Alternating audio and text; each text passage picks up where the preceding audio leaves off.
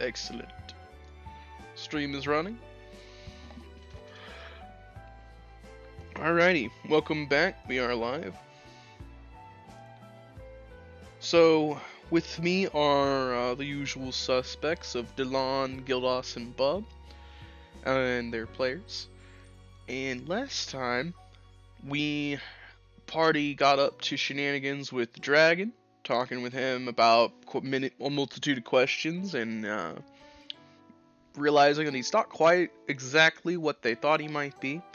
They met the Lord, who gave them a surprising amount of hospitality, and they also just barely defeated a giant crystal minotaur skeleton, meeting an NPC named Snacks, whose goal seems to be to become a dragon.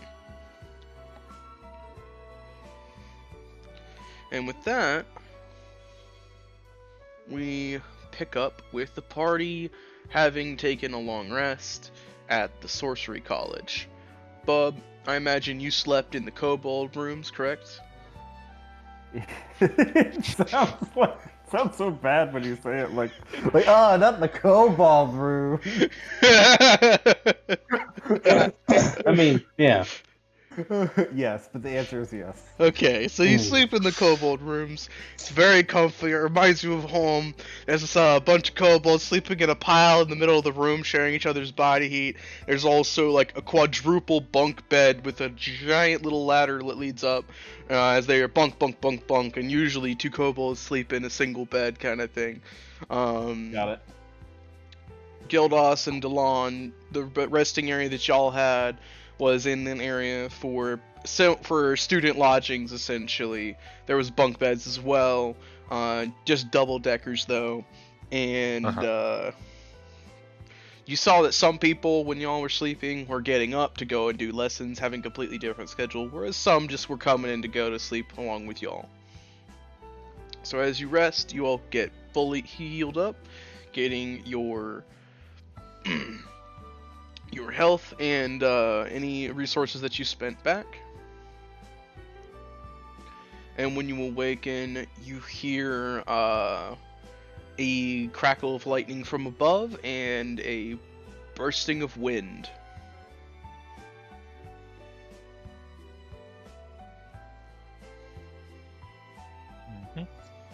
We all do? You all do. You're all within the college at the moment, so you all hear this when you wake, as soon as you awaken at dawn. I'll poke my head out of the window. Bub, as Bub and Gildos poke their heads out, they feel a few remaining raindrops drop down on their heads as they see the blue dragon take off in flight. He soars over Asterium and past it, well out of sight. A rain cloud following him as he does so. Probably they're out doing some experiment.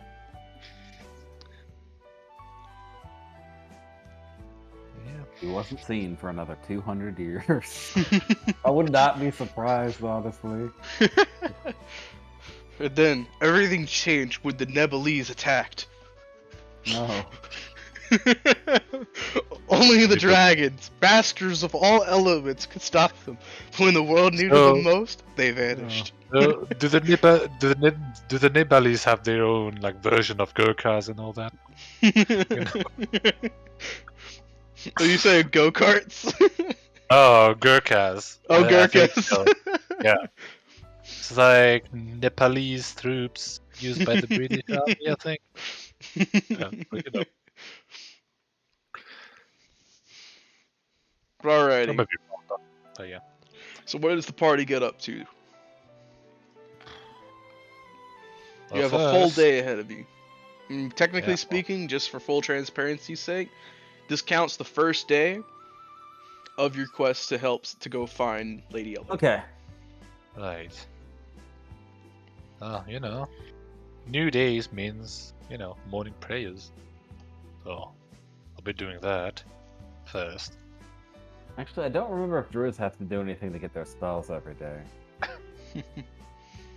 Because, like, wizards have to, like, study, and then you have to do your prayers as a cleric. I'll check that real Yep. quick.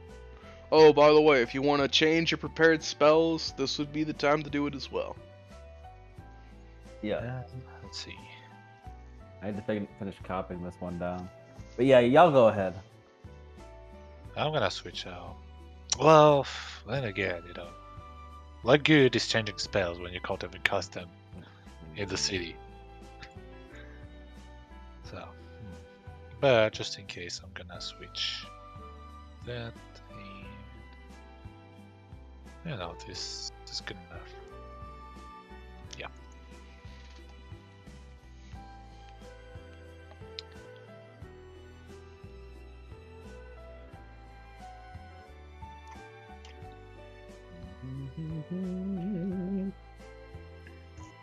I don't have to change spells. Okay. Alright, I'm good. Alrighty. No, I finally got a positive wisdom score, which means I gained more spells. I was just copying it down real quick. Nice.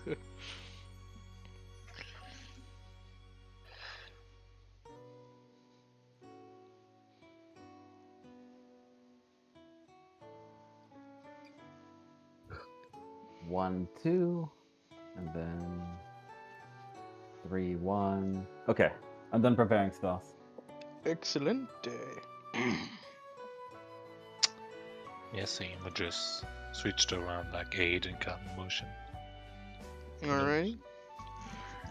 So, with a full days ahead of you, party, where do you end up wanting to head out to? Did we gather information at the school about where she is yet?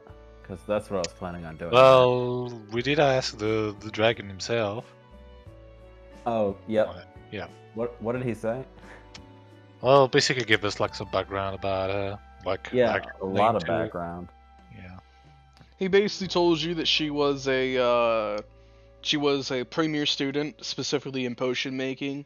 She specialized in attempting to control wild magic and put individual wild magic effects in spells, which always seemed to have a very specific consequence to allow her to be able to control them. So if you imbibed it, there was always a 1-for-1 downside to the benefit. Cool. He also mentioned that if she did such a thing as that to change her race, it would be a definite change somewhere that would be a 1-for-1 about it. He also mentioned though that if she did the simple race change potion, she would look very different, but she'd be another race. So it's highly possible. He also said that if she wanted to look exactly like herself, but just as another race, while keeping as true to herself as possible, she would most likely use her own personal potions for such a thing. Mm-hmm. Mm-hmm. Yeah.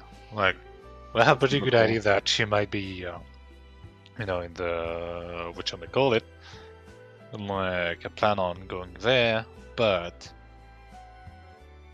going there in the morning is kind of, So, Yeah, I think we should see if she has any potions she left behind, and maybe we could use that to track her somehow. right. Capital idea, old sport. Indeed. Bub would never say that though, but it's out of character. That's my idea. Well, the question remains: where do we start looking? I mean, honestly, if we're looking for a missing person, the best place to start, since we have access now, let's just Dalamo, I would say this as a noble. I could probably help us get in. Just talk to their fucking parents. Well, actually, that's what I was going to ask. Alan is like, you're a noble. You can get there. So, go Yeah, I was just gonna do. That's what I was gonna do this session. I was like, well, I'm just gonna go and say, cool. What was she like? Can I see her room? What's going on? So I know everything about her to investigate it. Did we so already have hands on one of her potions? You do not. Yeah.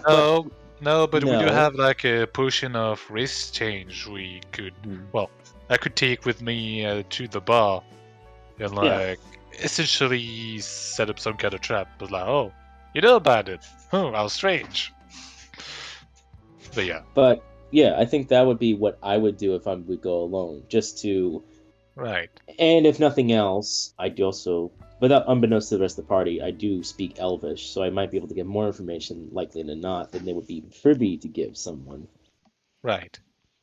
Yeah, that sounds like a good plan. I appreciate it. If you wish to try to find her potions, as I believe Evan mentioned, the only place in the college where you might be able to find something of hers might be in the class of on potion making. Mm-hmm. Yeah. Honestly, I was thinking about like taking a class, like to part time, but I'm not really like registered to that one, so I can't take it. Unless it's still open, but then again, it's all thinking about the schedule. So. Well, to be honest, I don't remember the third class I took. Beyond like conjuration and like crafting magical items. I actually forgot about it. I was like, what was this one? Like you know. Could always switch around with potion making. So it could be useful really, because I already have a proficiency with like herbalism kit. So if I can like team up with Bob later on, we could create like potent potions. And why not? My potions are too powerful for you, traveler. You know, alternative methods of healing. So, yeah. Okay, so we have two pretty good ideas. I'm just concerned that they'll be like, nope, and close the door. We'll have wasted a day. Well, I mean, it's really just only a half a day. Cause like for me, it's really just to pad something in the morning. So I'm gonna go to the bar during the afternoon. Okay. I can always fail my nature check and we end up stuck in the forest for a week. Also understand, no matter what happens, if one choice leads nowhere, that was a dead end checked. We didn't waste it. It Right. was just Fair right. enough. that's true. That's my perfectionism. Yeah. Potion seller. Yeah, I think talk to the parents is a good place to start. Yeah, you do that. I'm gonna learn more about the potions themselves. Could also Yeah. become potion Okay. seller in the future. Well, I mean, honestly, you know, I'll be like have like my own like shop anyway. I'll be selling weapons and like convert people on the side. You know, it's like there's the Bible. You can read it. So why not? There's a Bible, you can read it. No, every time you make a big sale, you just sneak in. Here's a free Bible. You like Yeah. to sneak in. And Here's a then free like, Bible what of is this? Bridget for your purchase. Exactly. Every purchase comes from the free Bible, Bridget. Let the holy light of her great majesty flow upon you when the sales are sale. Yeah. So why not, add in some drinks to on the side, oh, healing potion, whatever. Take it. Yeah. Make it big. Capitalism. Then, Bridget's like patron of like blacksmith, healers, and poets. So It's like a job. It's like a job system from Star Wars. Hey, you can be a beastmaster who smuggles on the side, or you can be like this person. You can be you can be a trader and whatever who smuggles on the side. You can be a kung fu specialist who's a doctor. You can be a Trandoshan is like a doctor. Trandoshan Wei Shui Feng who smuggles on the side. Like, you're not doing Star Wars properly if you're not smuggling on the side. Most people in Star Wars smuggle to some extent, either something or unintentionally. It's funny like that. But okay, so Like, in a big galaxy, you kind of have to. Especially with an empire breathing down the necks of other people. But let's see, curious question. So, now that you have a bit of a game plan, which ones are y'all getting up to first?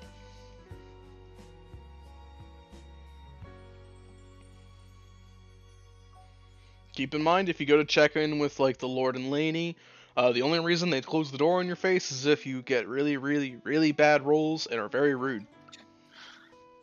Right. If if Baskerville were with us, I know he'd probably go with the noble because he's a he's a silver tongue fiend. Let's go talk to the parents first. Yeah.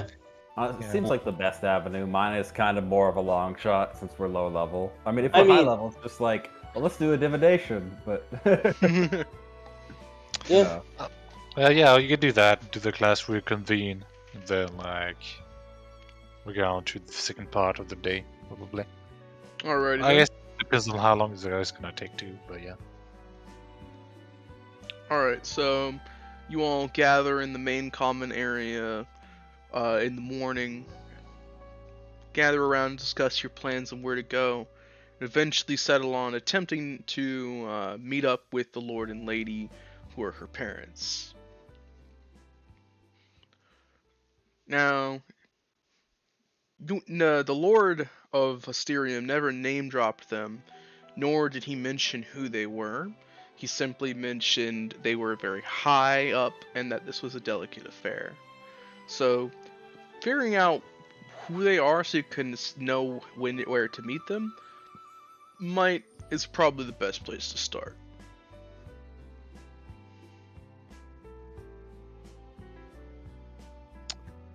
Well, we do know her first name, so it's probably, I don't know, a yearbook or something. We could always go and speak with. I mean, we are still in the library. There should be just a family history. We'll just literally look up.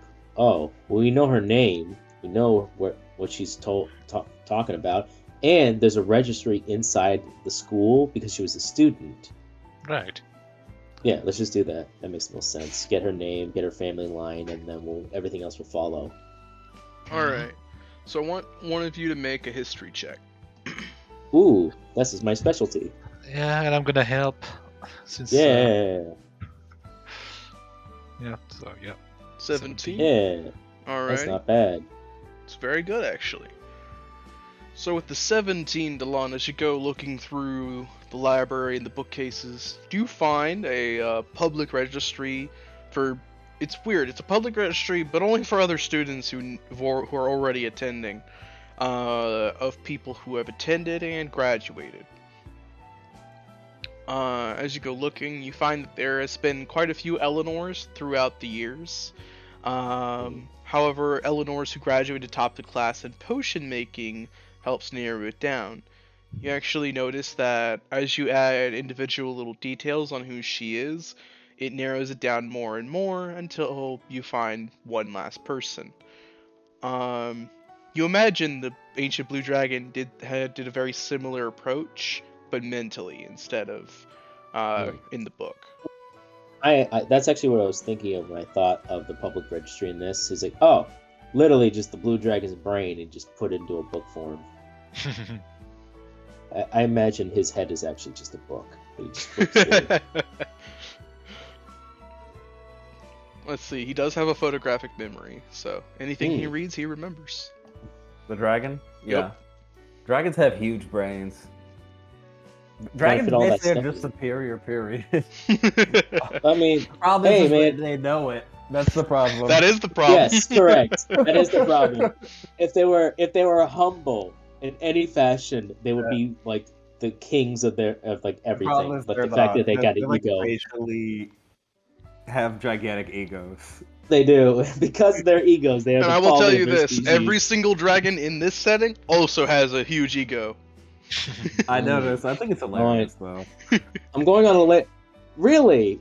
Delon's going on labor of love. Yeah, huge ego. Duh. Let's see here, Delon. So as you finally narrow it down, you find that she is listed as Eleanor. Let's see, with a surname of. Let's see. Take your time, make it up. I do need to make it up. Let's see. Make it up.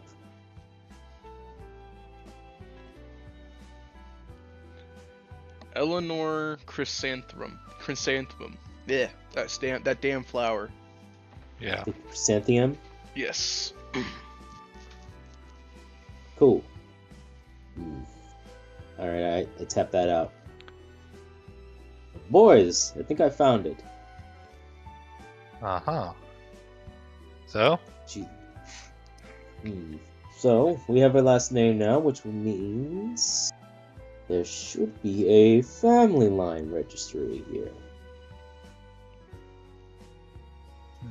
We find we find the chrysanthemums, we find her parents, we keep it discreet, and we'll find our fair lady. Mm-hmm. Well, don't look for it then. Then, not allow me to look for it this time. You help me. Oh, well, never Ooh, mind. very nice. Show off. So we'll get us with another nat 20, because Goddess is getting all of this campaign. Hey, no. Either these or like rolling at a 10. Fair enough. So Gildas with the nat 20. As you go looking around Gildas, you, after seeing Delon do it, and you you very quickly find the book, as if led that way by divine guidance. And very quickly, almost immediately, the book opens, as if by divine guidance, to the right page as well, saving you phenomenal amounts of time. So you find that the Chrysanthemum family has had a habit of sending their daughters specifically to the college for as long as the college has been around. Which will be a long time. It's been quite a while. The college has been here since the Ancient Blue Dragon has, and roughly since the Lord of Asterium has been here, which was a change of guard, but has persevered for several hundred years. Right. There seems to be a new chrysanthemum that attends the college about roughly every 80 to 100 years or so. The question is, what do they do once they graduate? Actually. The book doesn't have details on where they go after they graduate. However, they always seem to graduate in something different from their peers, or specifically from their past generation, as if attempting to broaden a family line skill set or something akin to this. But usually they attend and graduate. They have a history of graduating near the top of the class, or at least with good grades, and then returning to noble life very shortly afterwards. Huh. So, potentially hard workers. No. I guess the attitude in the college might not necessarily be the attitude in the noble house. Well, for all we've seen with our missing person. Although, see, what else is there about them, the book? What sort of things are you looking for in particular? I would say, we know they're high up in Asterium, but like, more details about that, like how do they really stand, regarding the king, like, what do they usually end up doing for the... They're very high up in the echelon of Asterium, having started off as a lower noble family from specifically the Savage Lands that moved into Asterium roughly around the time of the change of guard, specifically around the time the current king of Asterium became king. And they have been a family who has consistently rose through the ranks of the noble families since, having currently put themselves at roughly top 5 noble families in Asterium kind of thing. One, they control, they reign over very specifically a lot of the contractual and magical focused parts of Asterium, more like magic constructs, making the city more magically attuned with itself, and diversifying what is currently allowed in Asterium magic-wise. Right, which would make sense considering the whole college thing. They are also rumored to be very close to the king of Asterium. Right. Which is why, yeah, he went out of his way to request that for us. Well, of us. Now, is there anything else we want to look for? Well, all things considered, we have the name, we have the location, we have a bit of a personality. Seeing lineage, at least the parenthoods, what her room was like, what she was like, would be the best start. Although... Oh. Perhaps looking in more detail about the specific potion would be in order. Right. Perhaps allowing yourself to borrow it would also be helpful, as there can be different denominations.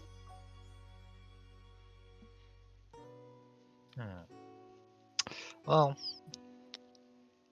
actually, yeah, there's a class about potions, but there's likely a book about them too. After all, That's what I was thinking. usually, yeah, right. Because I feel like it's kind of relevant to like a thesis or something, you know. So let's look up for that. I'll help. Would a medicine check be more relevant than a history check there? Yes, it would be. Alright, I'll help with medicine. I have 2 of them doing it. Oh well, yes. So that's if you have, that should be advantage. So hold on, let me roll once again. 31. All right. So, as you're looking around for the books on potion making and the like, you find several of the textbooks for potion making for the potion making course, and you also end up finding that the teacher who teaches potion making, the position is currently unfilled. Is there a way to find out who was there before? Yes, quite easily. As when you go looking for prior teachers of potion making, the former teacher was he is a wood elf who looks like a slightly more cleaned up version of a person you've seen before. Oh shit. Really? But there is a notice of no longer allowed within this college for forbidden potions. An endangerment of specifically unnecessary endangerment of students.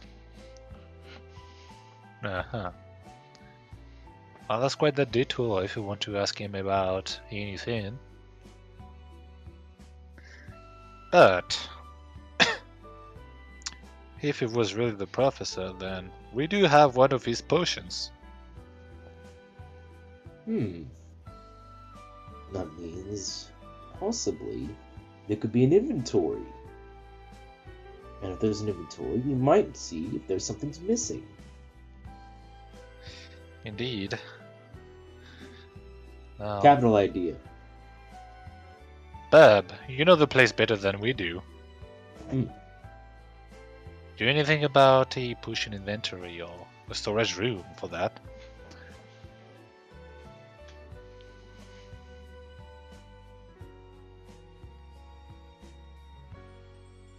Bub? Bubbity What? bub. Sorry. I was asking you if you knew about the potion storage or Bub was inventory. fantasizing That's an excellent about. question. Do I? Bub was too busy fantasizing about all the future jobs he could do. I mean, Go. yeah. So Bub, Yeah, do I know? Roll me an insight check to see if you can recall the information. No. That is one of my skills. 16. So as you try to think about it, Bub, You do know that there are several storage rooms all throughout the college. There is maybe one that might have some potions, but you know that anything that is considered to be tied to a class is usually handled by either the headmaster, so the Blue Dragon, or the professor who teaches the class. Mm-hmm. Okay. So Bub's like, simple. We talked to the potions teacher. But I just said there was no potion teacher anymore. Dun dun dun. Bob just looks So confused. then I suppose it's simply free access. Potentially. Might as well just try to go there. Well, yeah, let's try it. Before I become like push a t-shirt for a day. Yeah, let's head to the potion classroom, whatever. So as you head to the classroom for potion making, you find that the door is closed, and there is a sign that's on the front door of it that says class currently to be returned in a few seasons. Seasons, huh?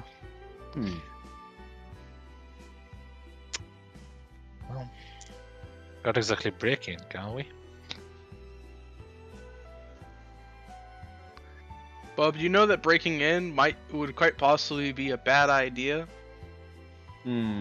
as there are a multitude of means to within the college to catch people who break the rules.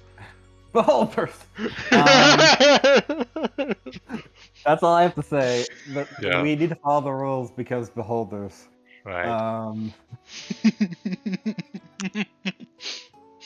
But yeah, I wasn't suggesting break it in though. But yeah. Well, let's That see. moment when the party breaks the rules of the college and I get to use a beholder with lair actions. You know, I'm thinking about something. Now that I do have Arcana, I wanted to take a look again at the potion. See if there's like, I don't know, more magic than there should be in it. Because you never know. Maybe we already have one such potions. So which potion would you like to try and roll Arcana on, Gildas? Well, he gave us was it the? Oh, where is It was a sex change potion, yes. Right. Yeah. We do have another race change, but yeah. Let's check this one first. So yeah, Arcana, hold on. Quickly.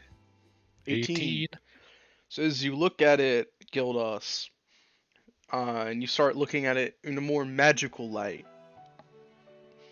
you can tell it is a surprisingly expertly crafted potion. However, you can immediately tell that it is an illegal potion as well. As it is brewed in such a way that does not follow standard potion making conventions. There are chunks in it. It is especially thick. It is very odd potion, but it is also expertly crafted, even if quite possibly dangerous to consume. Right. Was verboten. Now, I know the other one wasn't made by them, but you never know. Maybe, one thing's happened like the other. Like, could have been one of those convoys, right? So, let's take a look at the race change one. Makes sense. And Kana 19. Very nice. So Gildas, as you look at the potion of race change for looking at it curiously, you find that it is a potion very specifically of orcish race change.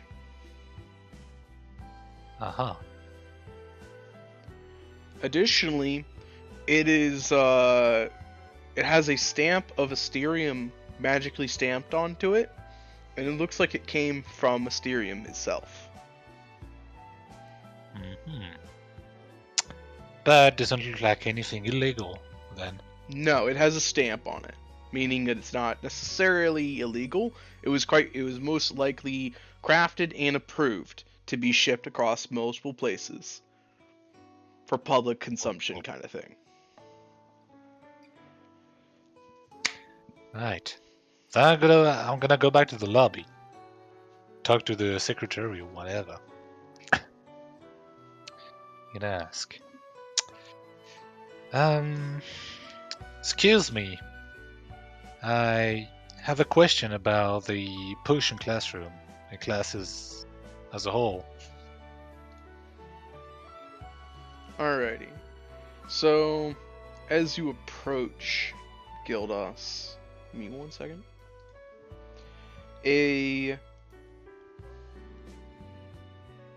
So today, a drow woman is standing behind the counter, looking very scantily clad. And she looks at you through some glasses as she looks you up and down and nods. The class on potion making is currently closed. As I've noticed, but I was wondering if there was a way to reopen it, if only for a short time. She sighs, takes off her glasses, and puts one end in her mouth in a very seductive fashion. Then points it at you. And why would you want to do such a thing? Well, you see, and I take out the potion of Orcish race change. I've heard so and so about this classroom and the old teacher that was teaching that. And I came across this potion in, was it a cave? It was a cave. Yeah, Right. it was an old mine. Right. Well, in possession of another rather dangerous fella. And considering the college and its institution, I wanted to take a look at the inventory and compare this potion with what was available as to, ascertain its origin, shall I say. But the problem is the potion classroom is closed and will be open for another few seasons. Until we find Yeah. another teacher, yes. Right. Now, I don't suppose you would hire a teacher just for a day. No. Teacher would have to be hired on the spot, per the contract that was fulfilled with the dragon, and you would also be required to instruct the classroom during the designated times for the continued school year. Right. You would also have to deal with the potion maker's workload, meaning that any potion requests that were put out for high quality, very specific potions by the lords and nobles would mean that you would have to make them for them.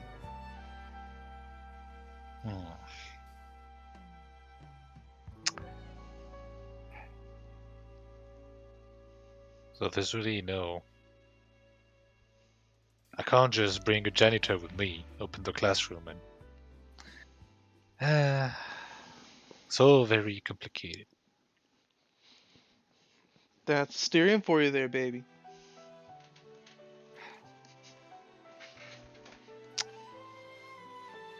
Well, time to think of something else then.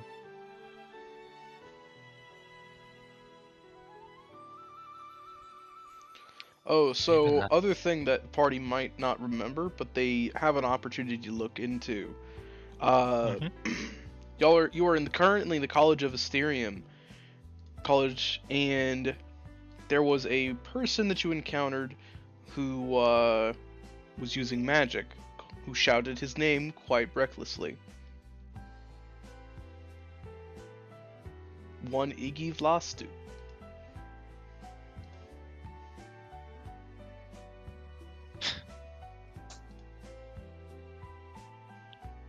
just another thing to mention to the party as of now. Right. No, I'm just trying to remember what he actually did. Iggy I don't Vlastu was remember. the wizard dude who was in the cave. Ah, Oh. right. Yeah. The one. Yeah. Wanna, you know what? While he's doing the Gildas thing, I'm just gonna. I mean, shit. I have history. I might as well do it. All right.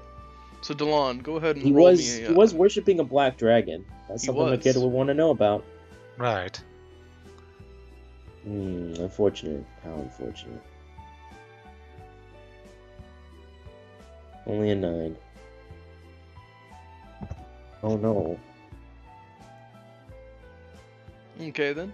I was just offering, giving you a brief moment if you wanted to use it as inspiration die or anything similar. Oh. Yeah. I mean, we should probably know ahead of time. I've got like a bunch actually. Yeah. So why not? Yeah, I'll use inspiration. Let me re-roll history again. Well, What are the odds? the dice have said 9. Indeed. So unfortunately, that is what it shall be. So with a 9, you find some small things on him, Delon. Mostly that Iggy Vlasu is the former teacher of the Conjuration class. Mhm.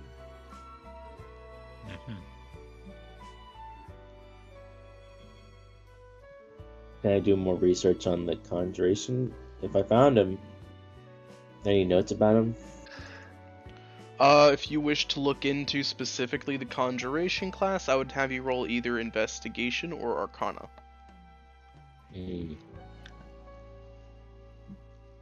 Well, I suck at both, but so let's go on investigation. Why not? 10. So the Conjuration class specializes in magically created things, as well as magically created items, as well as creatures. They specialize in constructs similar to Warforged and other golems and the like. However, as you're looking with this as well, you find that the former teacher of the Conjuration class was also he also taught the class of Summoning as well. And he had a joint venture with the teacher of Necromancy. A joint venture. Interesting. Is the teacher of necromancy still around? He is. Teacher of Necromancy is currently the class of Necromancy is currently closed as of now. However, the former teacher of Necromancy is currently teaching the class of Conjuration. At the moment. Yes. At this very second. Yes, there is indeed a class going on at this very moment. It's almost like instinct to take out sword and charge.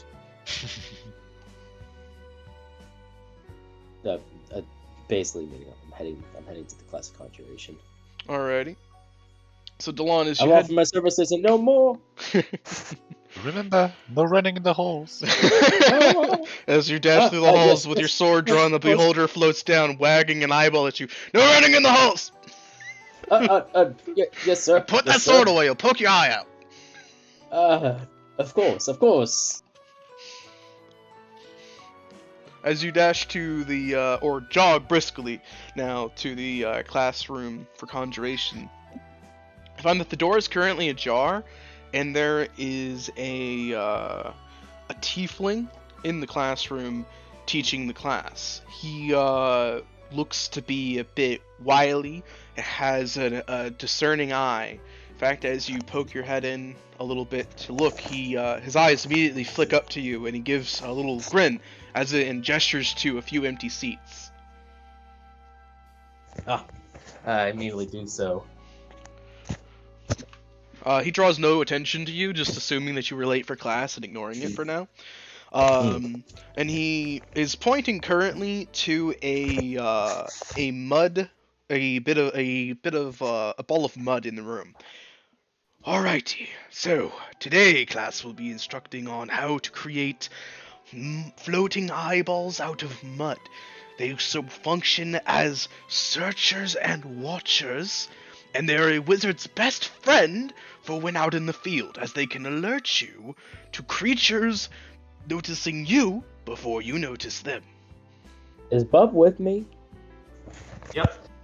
Yeah. So Bub Good. takes a Is seat that- beside Delon in the class of conjuration.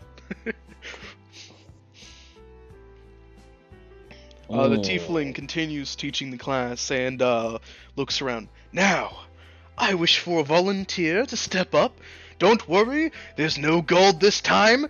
Will be no singeing of the flesh due to the molten gold exploding in a radiant fashion.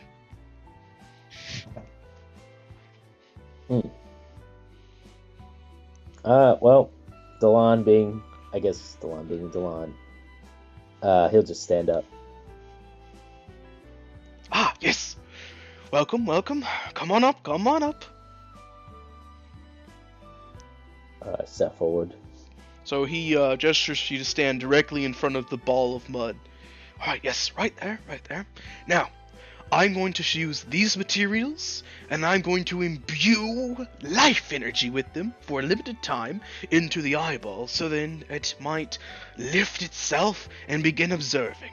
Now, stand perfectly still, and keep your own magic under control, as extra magic influencing the eyeball could have disastrous effects.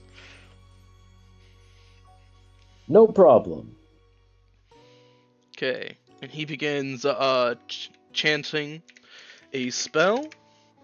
See what happens. Mm. Silver die.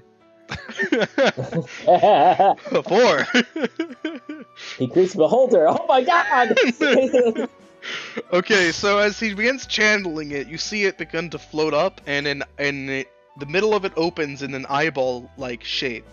Before the eyeball looks more slitted like a serpent's, and it grows a mouth for a brief moment before he immediately whacks it on the head with a stick, and it splats in mud. It goes everywhere.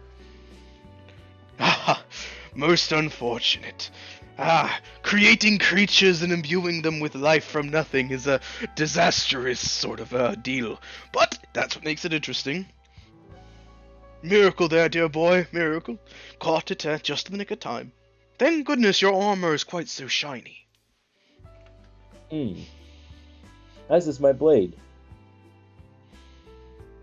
Indeed, indeed.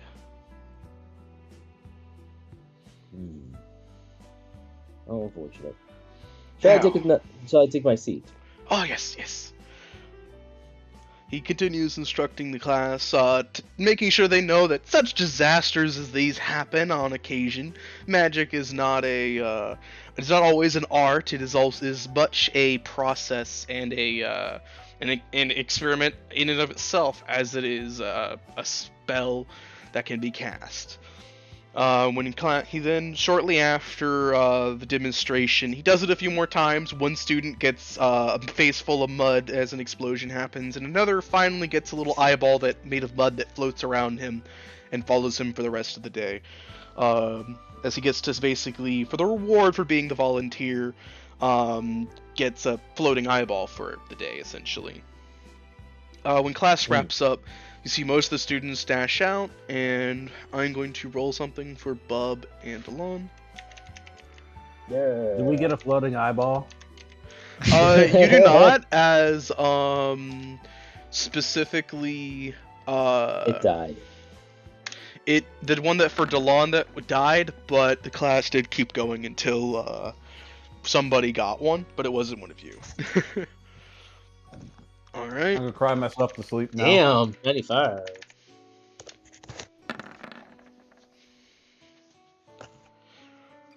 Alrighty.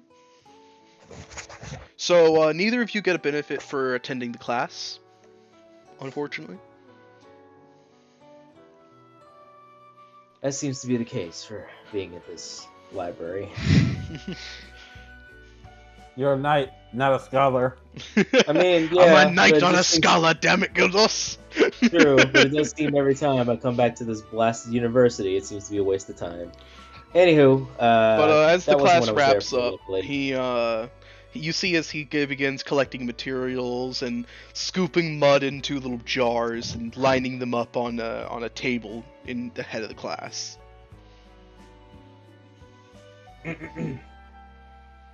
I cough as I approach. Hmm?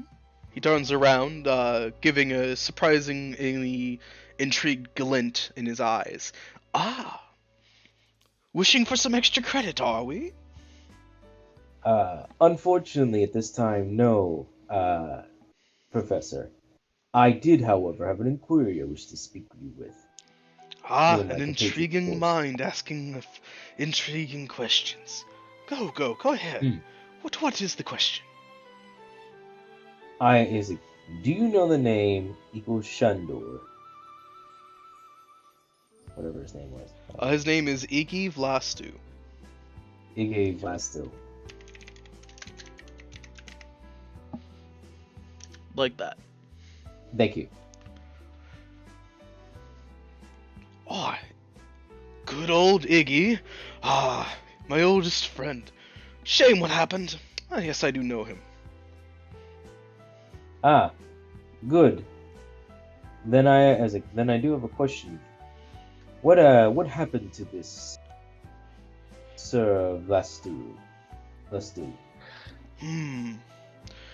Well, it was before you enrolled, I believe. No harm really elaborating on such things. Ah, Iggy, he was my bestest friend. We both taught certain classes together. Night class, of course. I hope you understand night classes. And, he was the former teacher for conjuration here, and that's perhaps why you see certain things rather explosive by nature. It's very fun, I happen to say, but not my speciality. But still, he was the main teacher of this. I simply helped him out every once in a while. But Iggy, he decided he wanted. We created a new way to. It was to be our thesis, to get our names in history. You see, we were going to create spell crystals that even a non-wizard could use. After all, certain wands need, for the most part, to have magical uses. You need to have some affinity for magic, and while everybody has some affinity to some degree, you needed a palpable amount of affinity to use a wand. And wands recharge when they are used up, if you have the right means to recharge them. But no, Iggy and I had a grand idea. What if we suddenly made a way to put some very simplistic spells into magic crystals? No recharge, no means to recharge them. However, once you did it, they were used. The idea was to use them in such a way that allowed even farmers to have more usages and have to require less aid from outside. If they make them, hopefully, in such a way that they could be crafted cheaply, so that they didn't necessarily need to spend an unreasonable amount of money getting their hands on them. Unfortunately, we found that the venture was quite expensive. There was no real way to use cheap crystal for the idea, only high concentrations of very specific crystal. I see. Interesting idea. Could be utilized in very proper manners, but I can see how that would become difficult in time. But what happened to Iggy Flusty?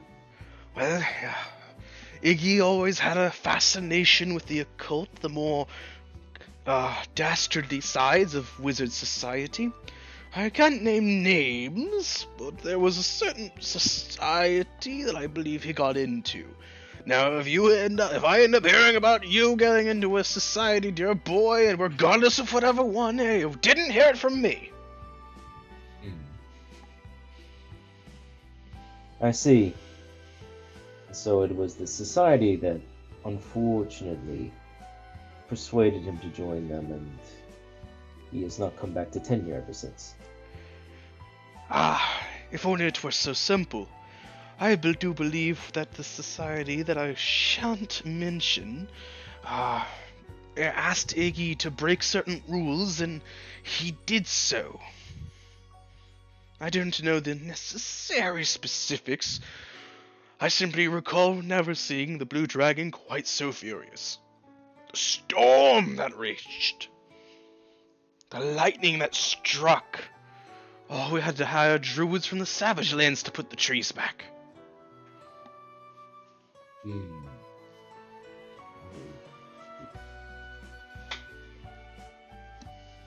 sorry to hear about that.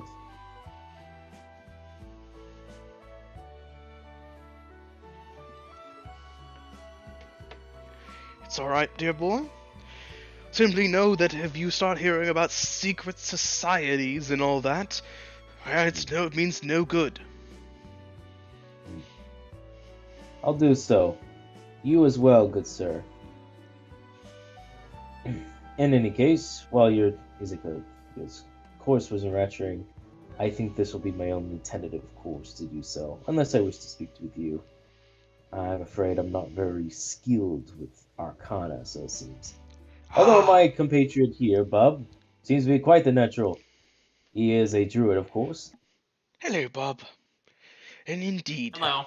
if you desire to get more familiar with Arcana, I would highly recommend attending more classes.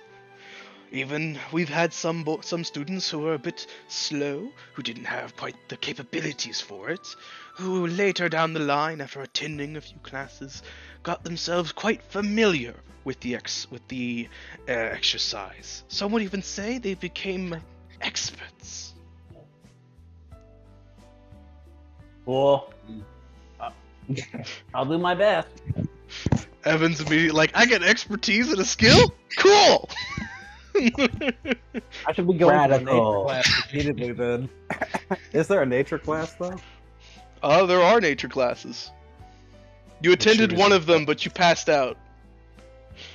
Oh yeah, I remember that. Okay. Or do you? Or do you? Anyways, we're just gonna head back to Gildas because we got the information we needed. Got it. Don't join Black Dragon cults. Got it. Fair enough. Don't join That's secret no society. good. Boy. Yeah, and that's no good.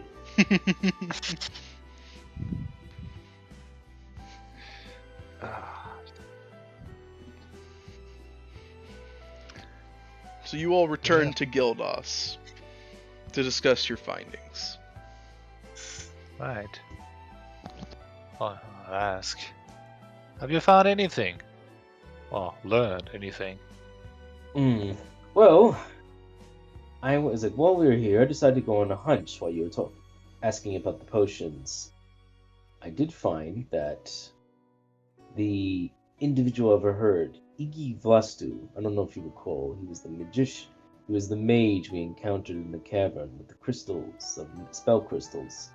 Right. In the owner of this potion. So I decided to do some investigating, and in fact, he is a registered magic user, specifically of conjuration. He taught here relatively recently. His partner, or the one he taught with, who used to teach necromancy, is now taking his stead in the meantime. Well, Bob and I decided to join his class and speak with him. He's a tiefling. We spoke with him, and he told us about Iggy Vlastu. He was seduced. Seems he was seduced by a secret society, one for which I believe was made up of praising the Black Dragon. Very Through scary. And through that, he violated certain rules at this university that angered the Blue Dragon to such a point I don't think he's allowed here. I see. Well, the presence of all those summoning books in his library would make sense then. Out of curiosity, do you get slapped by any Warforged during the class? Not particularly. Oh. there. My, oddly specific. No, just my. Statically speaking. Just sometimes, well, I'm starting to ask myself if these are really classes. That is actually something I was going to bring up. Many of the demonstrations, well, I admire the professors. They seem very counterproductive to teaching. They're merely demonstrations and hardly any practice to it, and the magic is so volatile that, frankly, I'm surprised they don't have more individuals like myself.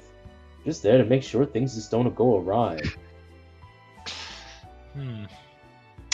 Well, it's likely the Blue Dragon told them to do that themselves and just snowballed to this point. But there seems to be more practices than theory, you're right. Or perhaps there is no theory because, and I'll point to the library, the theory is there for you to learn. Then, use the classes to practice that. Although I must say, True. right.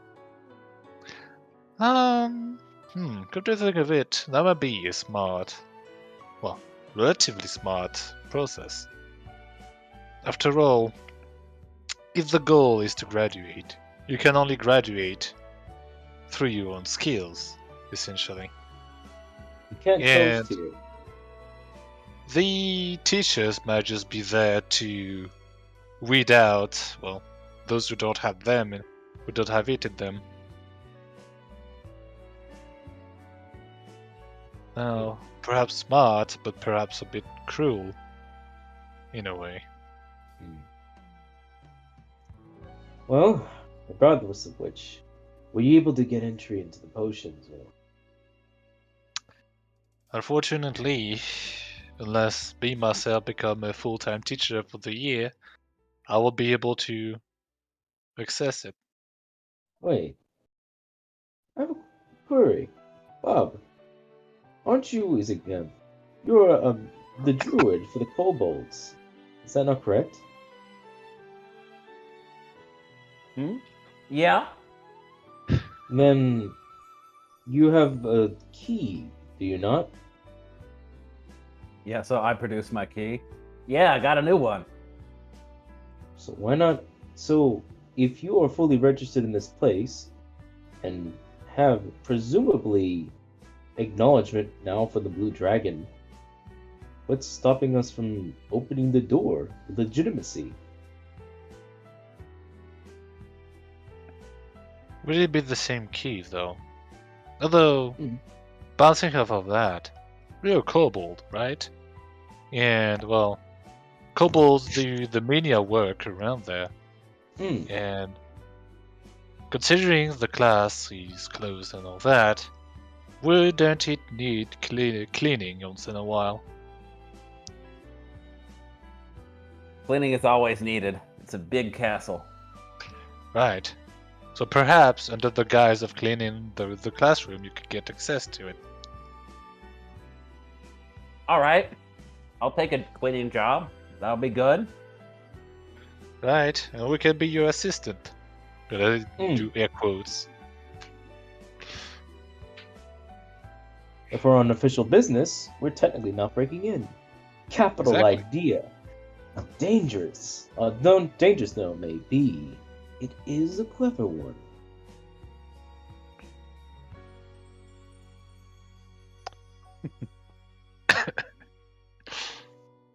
But we must make sure wherever we enter, we are cleaned thoroughly.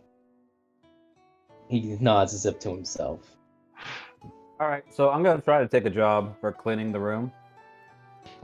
Alright, so Bob, as you head over to the job board, you just don't see that there's a job posting listed for that, but you do know that you can request from the Blue Dragonborn if you have a specialized job that you think you're capable of fulfilling.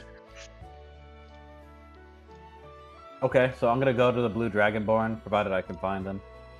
So you spend some time searching Bub, and eventually you find him. He's in the library with a quill in one hand writing as he's dictating something, and a quill is writing on another book beside him. Cool. Dictated but not read. So I'm gonna go up to Blue Dragonborn and like hop on a chair next to him. You see as he clears his throat, Ben like licks his thumb and marks a page, as then closes the book essentially. As he ceases dictating, the quill lays flat. That was it. That was writing by itself, lays flat, and a book that looks half written closes itself. Ah, Bub, what can I do for you today? Hello. I'm here so I can get a job. I did a really good job cleaning up the room with the displacer beast. And what was the room we wanted again? The potions room? Yes. Yeah, pushing classroom, yeah. So I was thinking I'd clean the potions classroom since it's volatile. I see. And you have proven that you can handle volatile jobs. After all, you clean the crystal skeletons quite beautifully. After all, the professor there said so.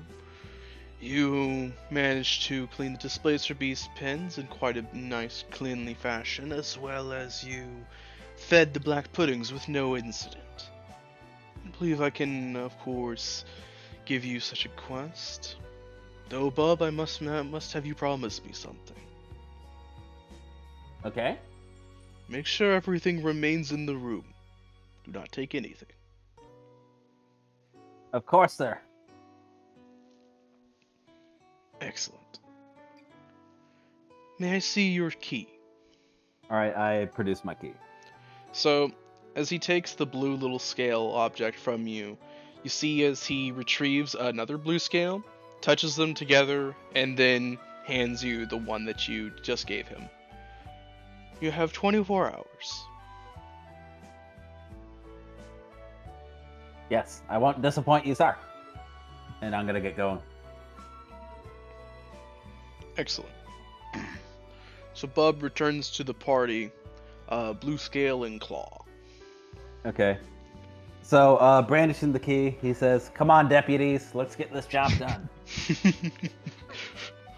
Bub is a slave driver, confirmed. Cracks the whip on them to make sure they get clean. He has the authority for once. Yeah. He reminds me of that from Cliff from Futurama, where he's this really neat kind of guy. But the minute you give him authority, pick these things up, do this. Like, okay, I understand now. I understand. Yeah, exactly. This is a job, so he's taking it very seriously. Exactly. Come on. It's alright, so the party makes their way to the potion making room. The door is still closed. However, Bub, as you retrieve your key, you find there's no keyhole. However, as you bring the blue scale in your claws closer to the door, it gives a brief shimmer before they hear a tumbling, and then the door creaks open.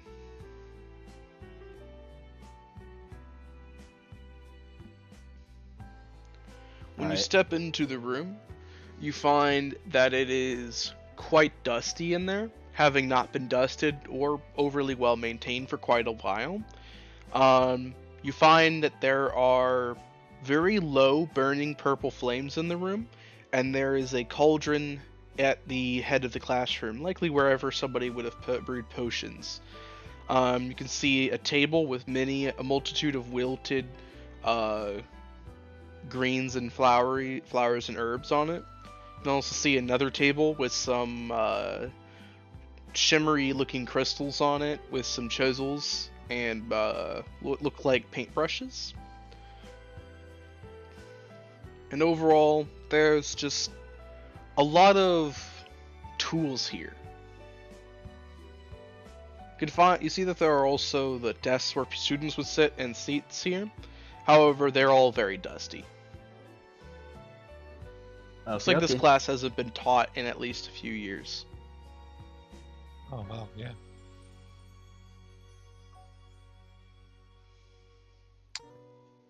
Such a waste, really. All these perfectly working, well, tools and all that. Strewn about. Actually, that might be bad for the potions too. Sure, you leave them alone for a few years. They're gonna turn bad. Well, most likely the effect's gonna change. Yeah, so Bub's gonna get on his cleaning equipment and he goes, "All right, y'all need to get the higher places."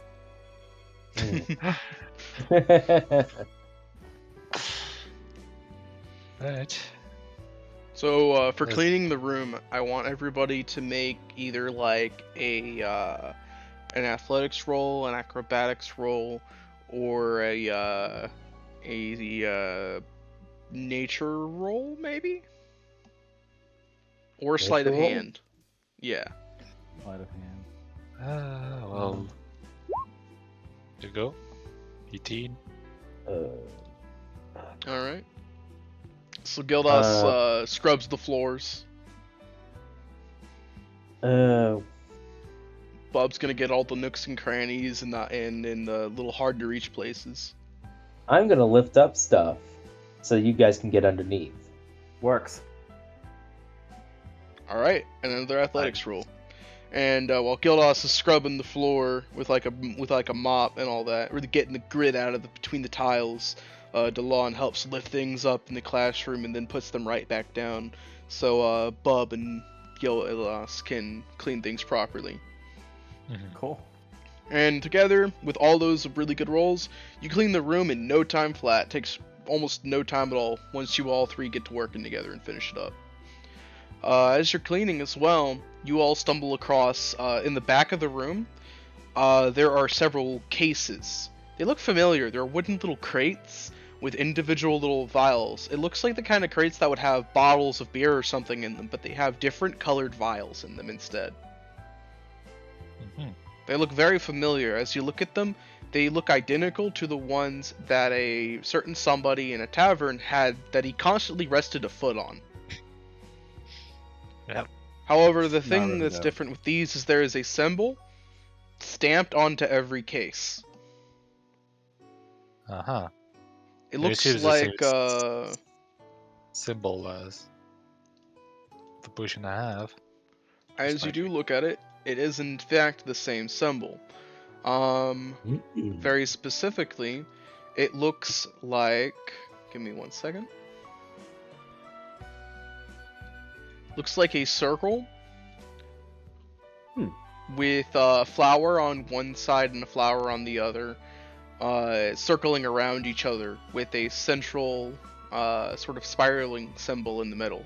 If you look at the Cain's nobility for the symbol of Asterium, it's identical to the symbol of Asterium. Interesting. Pretty sure potions are arcana, so Right. Well, it's my job. It's my job to find out what they're about. So let's do it. Oof. Just one of my two inspirations there. It happens. Yeah. There we go. 17, there we go. Yeah. So as you look at the potions, Gildas, there's more of them than you could spend an individual amount of time looking at. However, luckily with the 17, you can look at them and get like a good grasp about them. These potions are clearly volatile by now. They're all clearly closed shut and sealed properly. However, you do know that potions have like a fall off date where they kind of need to be either rebrewed or thrown out kind of thing, as they don't keep very long. Not for more than maybe a year sometimes. Right. Would I be able to determine like how long they have left? These potions in here look like they have a few, like maybe one more season in them. It's pretty bad actually. Especially if the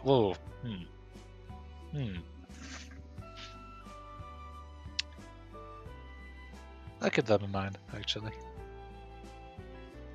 They're also all very different potions of differing colors and different consistencies. None of these are the potions that you have in your hand, or any of the ones that you've seen the old the dude at the tavern have. These are more, well, beautifully crafted, for lack of a better word. Very careful. Mm-hmm.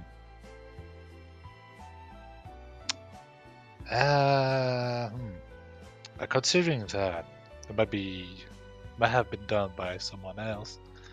So, is there like any trace of like extra magic in them? Like- Let's see. So I want you, Gildas, to take one of the potions out of basically the cask real quick and roll me another Yep. Arcana. I shall do so. And use an inspiration. There we go. There we go. I'm out now. Potions.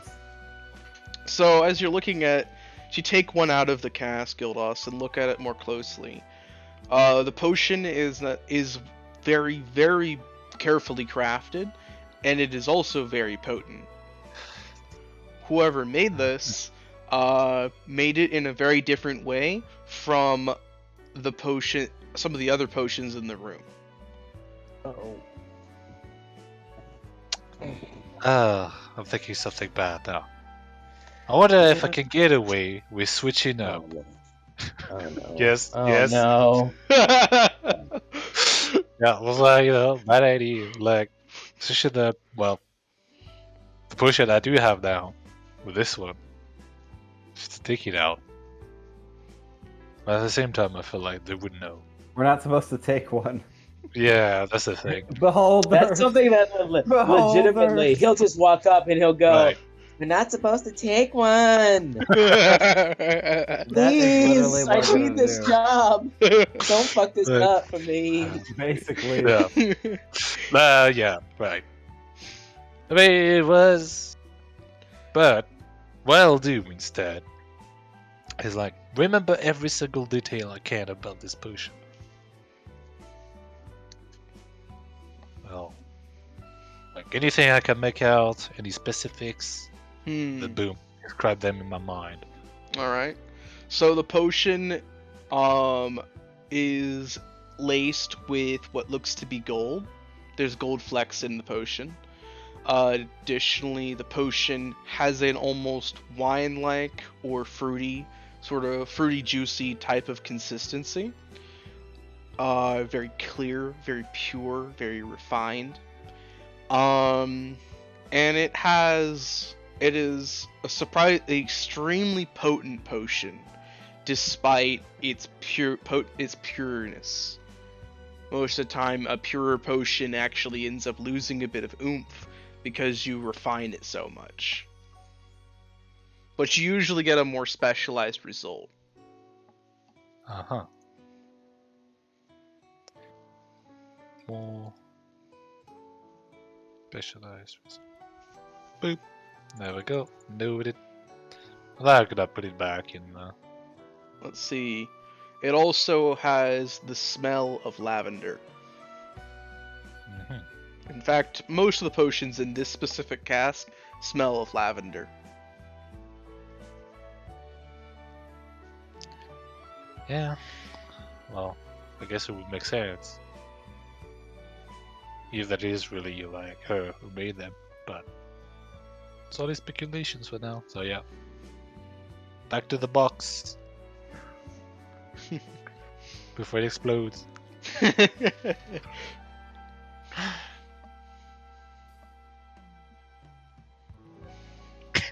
But alright, you all have all successfully cleaned up this room. Is there anything you would else like to do in this room before you leave?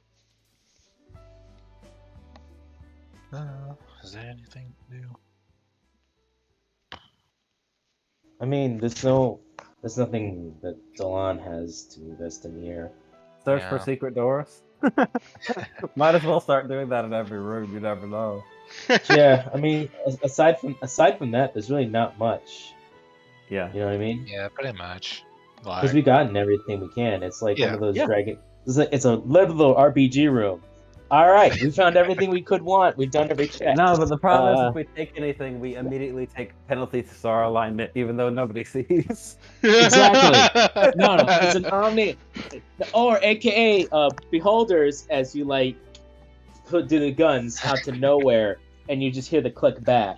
Yep, there you go. Someone was watching. Fair enough. But you see, we've investigated everything in the room, but like we haven't started combining the tools in it to alert other. You haven't drag and dropped certain items in your HUD onto other items to combine them together before applying the three potions you have with the book that Guildhouses has together, so that you have a potion imbued book, and you place it on the table with the crystals, which opens a magic door. Yeah. If I wanted to do that, I would have played an artificer. That's how you find the Kingsley. Boom. Alrighty, so after cleaning up the room and investigating the potions, you head out of the potion in classroom. When you leave it, the door closes behind you as a brief shimmer goes over it, and you hear as the tumblers roll and it locks itself again. When you return to the job board, Bub, you are handed 20 silver for a job well done. Aw, yeah.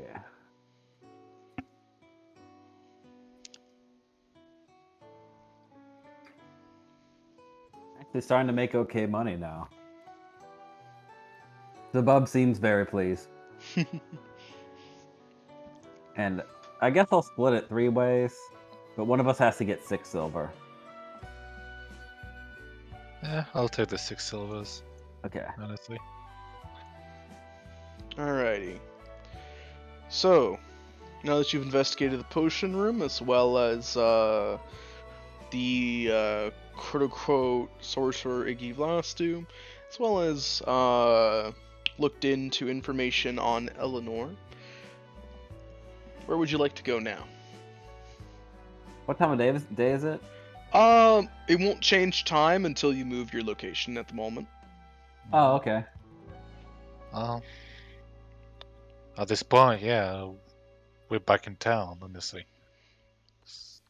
Alright, so If we once got, you like, everything leave out of the and head back college. to town, it would be roughly afternoon. Mm-hmm.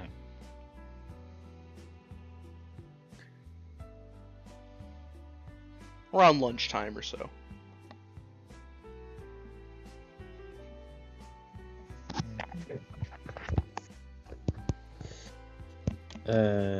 Is mute still on? No, you're No. not muted at the moment. Good. I wanted to make sure I wasn't. So, are we headed? So are we still in the library, if I recall correctly, or we just leave? Yeah, we'll live in. Honestly, We're living unless now, you okay. have something else to do, but yeah. No, it's around mid-lunch. I think now would actually be the best time to go visit the parents. Yeah.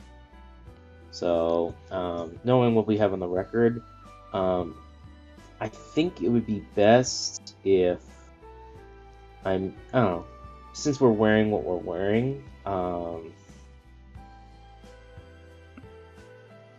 yeah, let's just do. What kind of a check would it be to kind of look for them? Would it still be an investigation now that we know? We're also entering. We'd also be entering into the noble part of Asterium, so that might have its own scruples. True. Once you head into Asterium proper, to go looking for these people, you would mostly need to head into the noble section, and when you did that, I would continue from there. I have an adorable idea. Uh-huh. Sorry, it's in Asterium. I don't know. He wouldn't have the connections in Asterium, so no, it won't work. I was gonna say if we're gonna meet noblemen, it would have been like, well, you need to kind of like, we need to change. Yep. So, I mean, we could stop briefly somewhere, and I could get, because like you guys need to change. If we're gonna talk to nobles, we need to dress like them. With the king, that's fine. He didn't give us a chance. He was just like, hey, get inside there. You're joining me for dinner. I didn't say, will you? I said you are joining me for dinner. We talking business. You asked for my attention. Now is the time. Precisely. And then, like, poor Delon, he's like, oh, had I known. I would have dressed more formally. My lord. Well, This is nonsense. You're I coming. do technically have vestments, so I could use that instead of like the Yeah. common clothes. The problem will be with Bub. Right. I only have rags, bro. Yeah. No, not anymore. Today, my friend, you are getting noble clothes. All I right. wonder how much. All those right. cost We're for this that is one. the decision I am making. We are Very getting well. Bub noble clothes to meet nobles. Sounds Getting good to glow me. up. Getting glow All up. right. What? I have bathed recently, so. Yes, One step you in the did right bathe direction. very recently. So I believe specifically what Bub is looking for are fine clothes. Yes, Yeah. just fine. So as you go heading about trying to find some clothes for Bub to wear, because you determine amongst yourselves that Gildos has something he can wear and you have something you can wear, then you look at poor Bub who looks like a fish out of water in such a scenario. Dragging Bub kicking and screaming into a tailor shop, you find that it's run by, of course, a pair of gnomes. At first you thought they were men, however, due to the dresses that they're wearing, you later figure out, it's simply the beards and eyebrows. No, they are indeed women. Fair enough. As you step in, they immediately give you an eye and welcome you in. Welcome, welcome. And begin bugging you and also prodding you all, trying to a bit handsy perhaps to jest and with like measuring tapes to get your measurements and all that, assuming you're already here to get something made. All right, so it's like, all right, I'm gonna roll persuasion. 23. All right, Good. so what do you say? ladies, my compliments to your thoroughness and hospitality, but unfortunately, I have proper vestments at this time. My friend, however, is a young bub. He is in need of fine clothes. He is going to meet as a noble individuals. Would you do it upon us? Do us a kind favor in creating some fine vestments for this young and noble kobold? Of course we can, darling. Don't worry. We'll set this wonderful kobold up. He'll be the belle of the ball. Don't worry, young man. I know why you're heading to such an esteemed place. A noble kobold like yourself wanting to dress up. Why, I'm sure there's a lady there somewhere who's caught your fancy.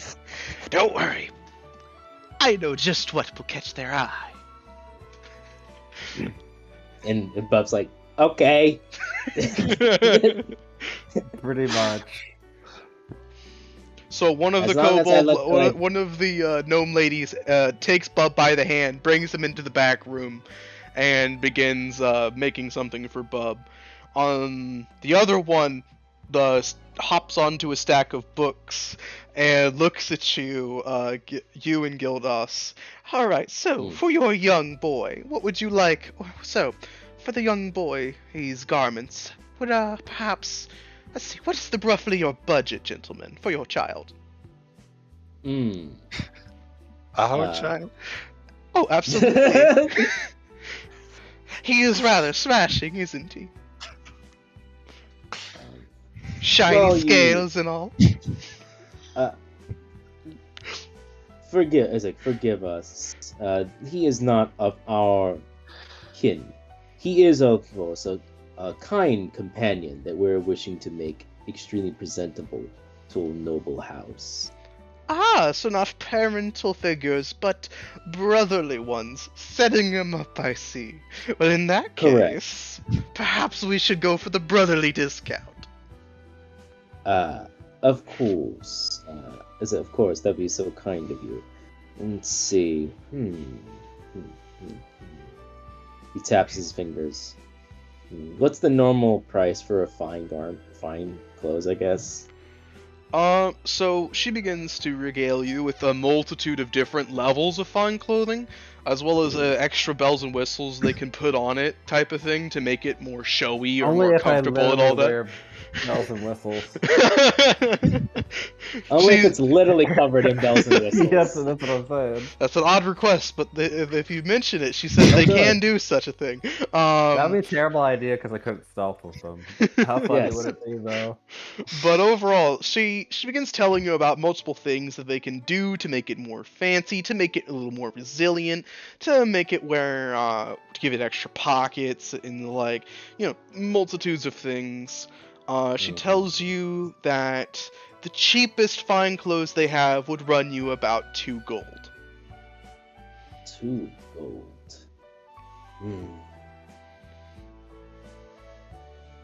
And with Ezica, cheapest fine clothing.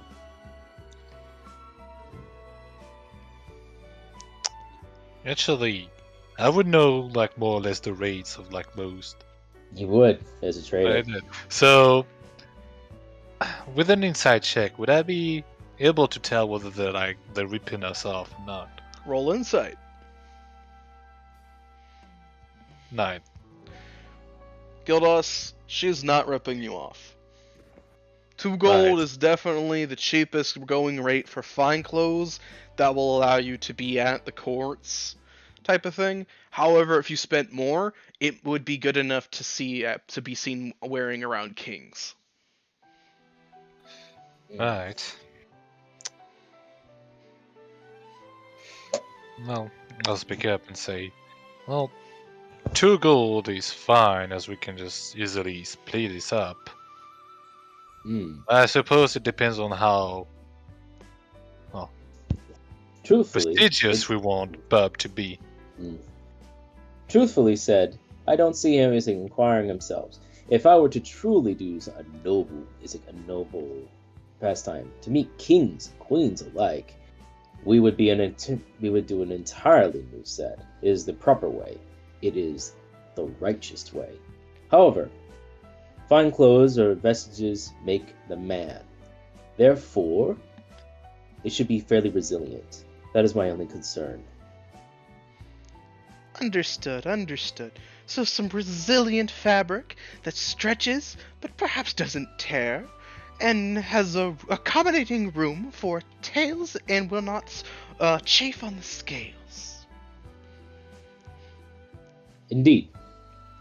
If you wish it to be perhaps worn for traveling long journeys as well, I would say that would run you roughly 3 gold. 3 gold. That's Yeah, fine. I this- can afford that. How much gold do you have? I got 9. Okay, Michael. I have 5. I spent most of it getting the bag of holding. Fair enough. I'm surprised we could afford one. But we I was have. noble. Oh yeah, you got to start with more gold. I started with nothing. I started with 5 gold. Yeah, I have 30 gold though, so I'm pretty. Yeah, you're rich. You found 30 gold in the cave and just kept it. You know what? That's fucking hilarious. Let him pay for his own thing. How much? Okay, 3 gold. Here you go. That's a D&D Bob adventure. tells the gnomes not to spit it all in one place. Exactly. Honestly, knowing Bub, like the price doesn't really matter. I think it's like, well, 30 gold, whatever. Gold at him. He just throws 3. Okay, I have 30. It's fine. No, he's a kobold. He would actually keep it close to himself. He's such a Jew about it. Don't be a Jew about it. Come on. Okay, but what if you can wear that gold on yourself? Well, then that's a different story. Alright, look, 3 gold is spent. Whatever. I don't care who it comes from. Yeah. Alright, so Bub will deduct 3 gold from his sheet add in a set of fine clothes. I believe in the item category you can set like a modifier on it somewhere in the inventory. You would just type in fine clothes, and in that area for the modifier, I think you have to hit an I next to it. An inventory, this little I that expands the drop-down thing for it. Simply add there that it is respectable to be seen wearing them in noble court. Bonus near nobles. Okay. Let's see if it will work. Also, Bob, I will give you full. You can basically determine, within reason, how these noble fine clothes will look on you. Because the lady in the back would have asked you the color you wanted, like try to pick out a cut for you, stuff like that, the fabric and all that. Okay. Excellent. All he'd probably say is like, "Will that match my eyes and scales?" Okay. What is it shiny? Okay. But alrighty, so Bob now has fine clothes that he can wear in noble court, and he Cool. won't get odd looks while wearing them, kind of thing. Yeah. Good. Can we get a description of when he comes out in them? I'm hoping so. Oh. What do you look like, Bob? Oh! Can he have little shoes too? Oh yeah, I was thinking. He's just dressed like a little gentleman.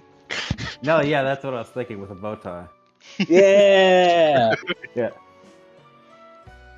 Yes, typically kobolds wear like kind of ratty stuff with capes or like little robes. Yeah. Oh god, second edition kobold. Look at this picture. Hold up. I didn't copy it. This is horrifying. Oh, that's so sad. That is so sad. It's just some shit. This is the It's first just- edition Ah! kobold. Yeah, I've seen some shit. Yeah. But yeah, okay. I'll describe it when we go to the noble court. I just need to think of. Okay, yeah, I think I got it. Alrighty. So, with the fine clothes in hand, you all, Bob, would you like to reveal them as you step out of the back room already wearing them, or would you like to put them on at the noble court instead? Let's do the latter, and I'll just write down the. Sounds good. All right. So as the party leaves the tailor's shop, let's see, Delon, when you leave, you are given a card by the tailor lady, and she gives you a wink when she hands it to you, in case you ever want to meet King's Lovely. Thank you.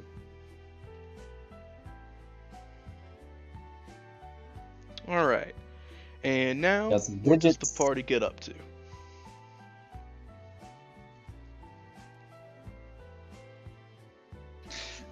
Oh, we'd assume we'd make our way there. Alright, party heads What's over want into to the do? noble section.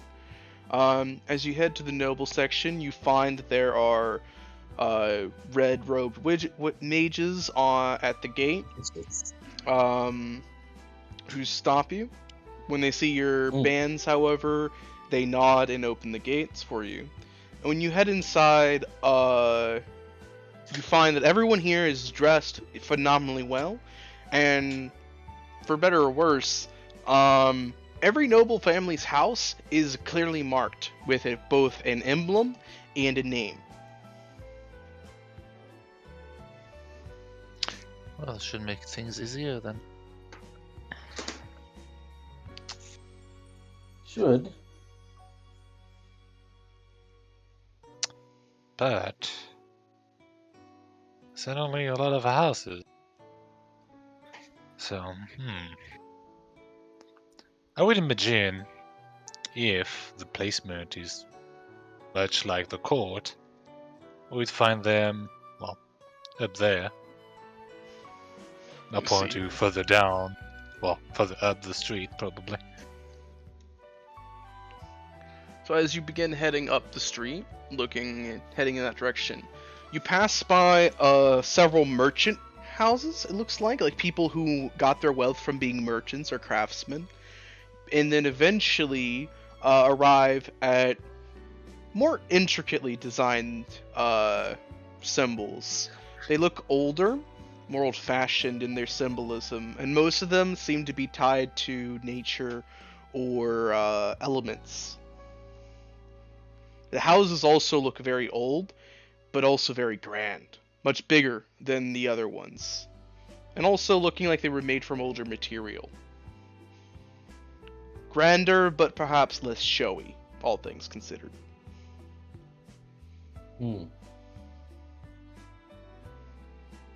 Eventually, you stumble across, due to the information that you gathered at the college, you stumble across a symbol that looks like a chrysanthemum. As you look at it, you find that it is the House of Chrysanthemum. They have a large gate and a long walkway, and they have purple-robed guardsmen standing outside the gate. You can see that they have a rather nice flowing garden as well, and they actually have two fountains in front of their house as well, which bubble with water, and you can see little pixies dotting around them. Very expensive to be placed out this far.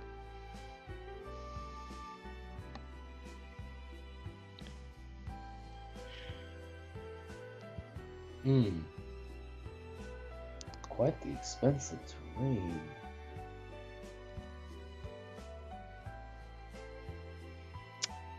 But well maintained. Their house is properly maintained. It is a good sign. Now, gentlemen, let's make sure we're on our best behavior when entering these kind of grounds. The last thing we want in an investigation for a missing noblewoman is to upset the noblewoman's family. Well, I'll do my best. I know you will. And as for you, Bob, as well, Bob.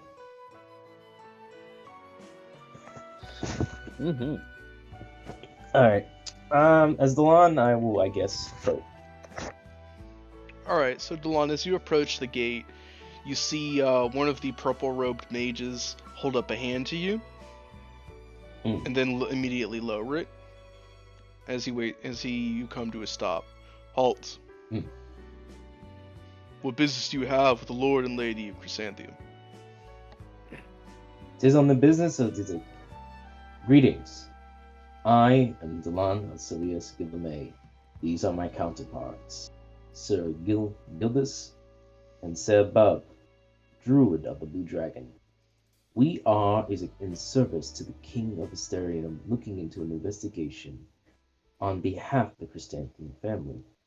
We are simply wishing to speak with them, should they allow us to do so, to gain more information. And they also adjust so that they can see the badges that they wear. I would appreciate it if it's as quick as possible. At their convenience, of course. He nods, and you see as a floating eyeball from behind the gate that you couldn't see begins floating towards the house. Oh, I just learned that in class. Really? He bopped it on the head, and it died suddenly. Tragic. But apparently very useful. Shame I have no skill in Arcana. Well, I'm sure I'll learn to do that eventually.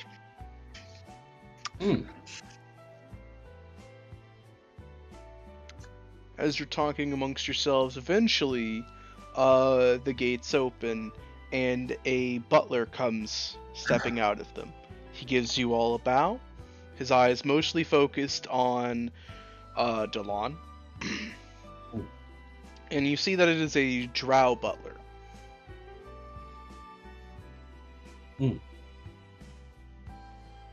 Welcome.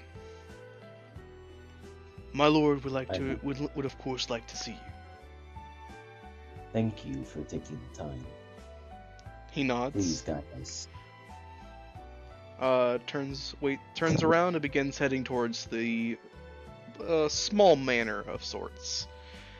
As you're walking forwards, as you're now in the gate, you can see Warforged trimming the grass on their hands and knees with knives and like trimming the grass, and Warforged trimming the hedges and all that too. Hmm.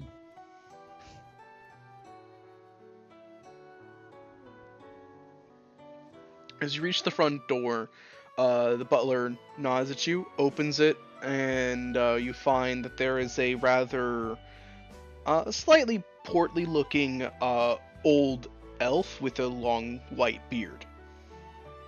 Hmm. He has a very wrinkled brow, looks fairly old, very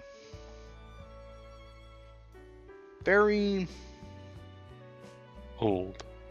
old and crusty, so to speak. Um, he gives you a firm nod and a sort of a squinted gaze. Welcome. What brings you to my lovely household? Of course. Once again, I am Delan Asilius Guilmer. This is my counterparts, Sir Gildas and Bub, Sir Bub. I puff my chest out. By the way, Bub, are you wearing your clothes? Your fine clothes? Yes. Okay, good. So, Bub is wearing a full tuxedo with like a little hole in the back for his tail. Or I guess his tail would come outside the back of it because it has the tails in the back. So he actually has room. He's wearing little black shiny shoes that double as booties. And he has a very light blue bow tie that pops out. And on his pockets where the handkerchief goes, he has bells that have the tiny ball removed, not making a sound. Nice. That's very nice. So Yeah, I the put Lord, in spoiler tracks. so the Lord gives you all a nod, approving of your chosen attire, and leads you into a side room where you can see that it has a very large window letting the sunlight in, and it's a bit of a green little area here. You see some natural plants growing in this area mixed in with the building, and you see that tea was laid down by a maid on a table. He takes a seat at it and gestures towards the table with one hand, with sort of a shooing motion. She nods and immediately makes his tea for him, placing it on the table. He nods at her and then gestures to you all. How would you like your tea?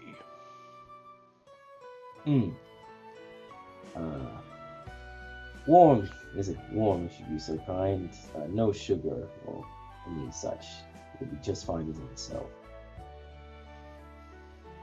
So as soon as you say so, Delon, the maid prepares your tea, exactly as you specified. Thank thee. She will proceed to do so for everyone there. Well, I'll say I tried. I'm not exactly into tea, so I'll take your recommendation.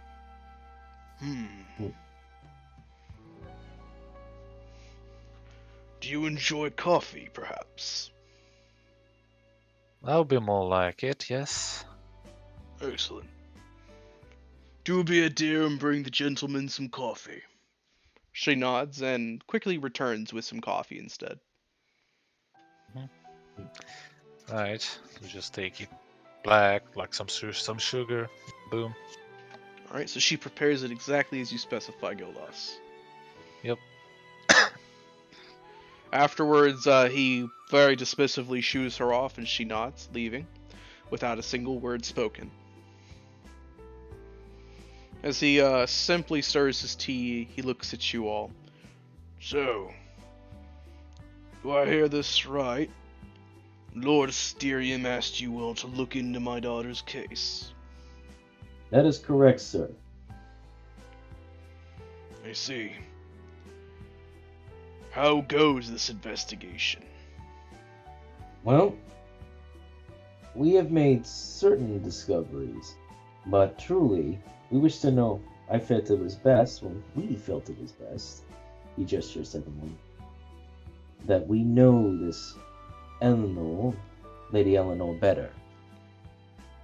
Doing so will understand her mentality, and if, of course, she would permit it, we would like to see where she stayed Perhaps there might be something inside of her room that might give us clues as well. I'm afraid venturing to my dear Eleanor's room is prohibited. Not because I wouldn't allow such things, but instead because it's on her mother's side of the estate. She's gotten a bee up her arse. Oh. Mm. We've heard about your family trouble from the Lord himself, and I'm sorry to hear that.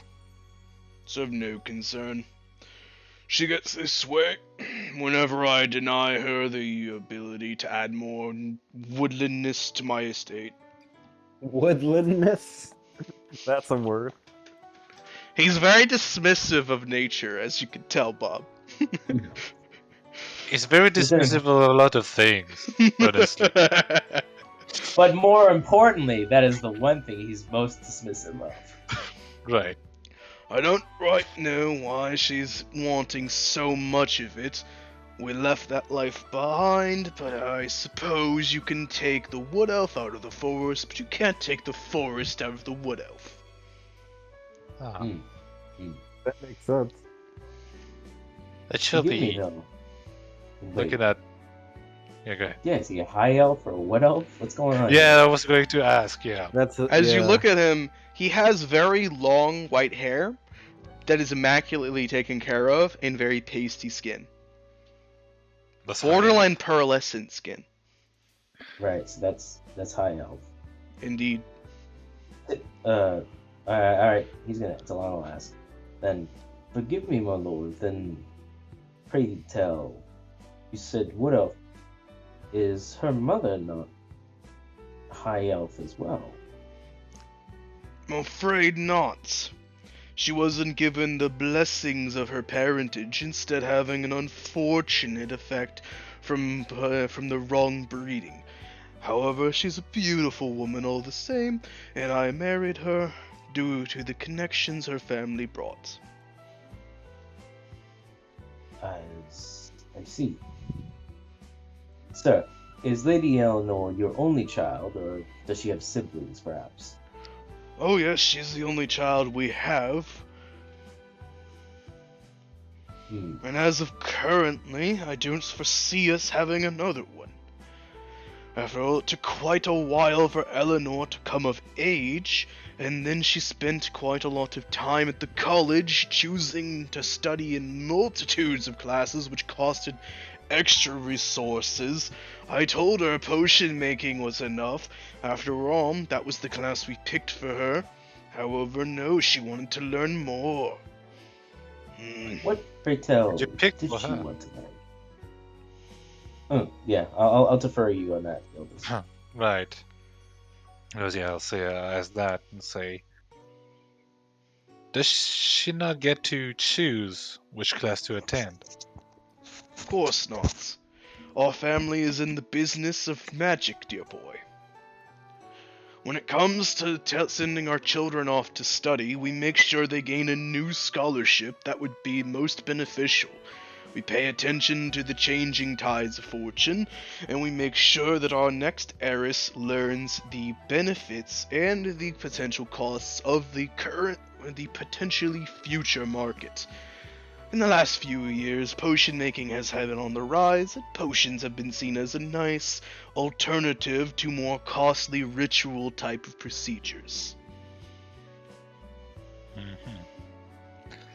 No, not.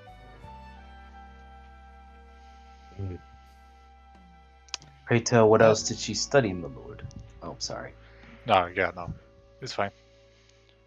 Well, I believe she wanted to study in she dabbled in some conjuration as well as some summoning circles, and she also dabbled in the more lore-focused classes that they have there. I believe they have histories on magic and more magic's culture.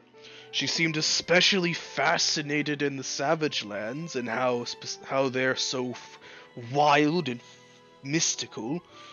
I told her, don't go looking into the Feywild. No good comes from it.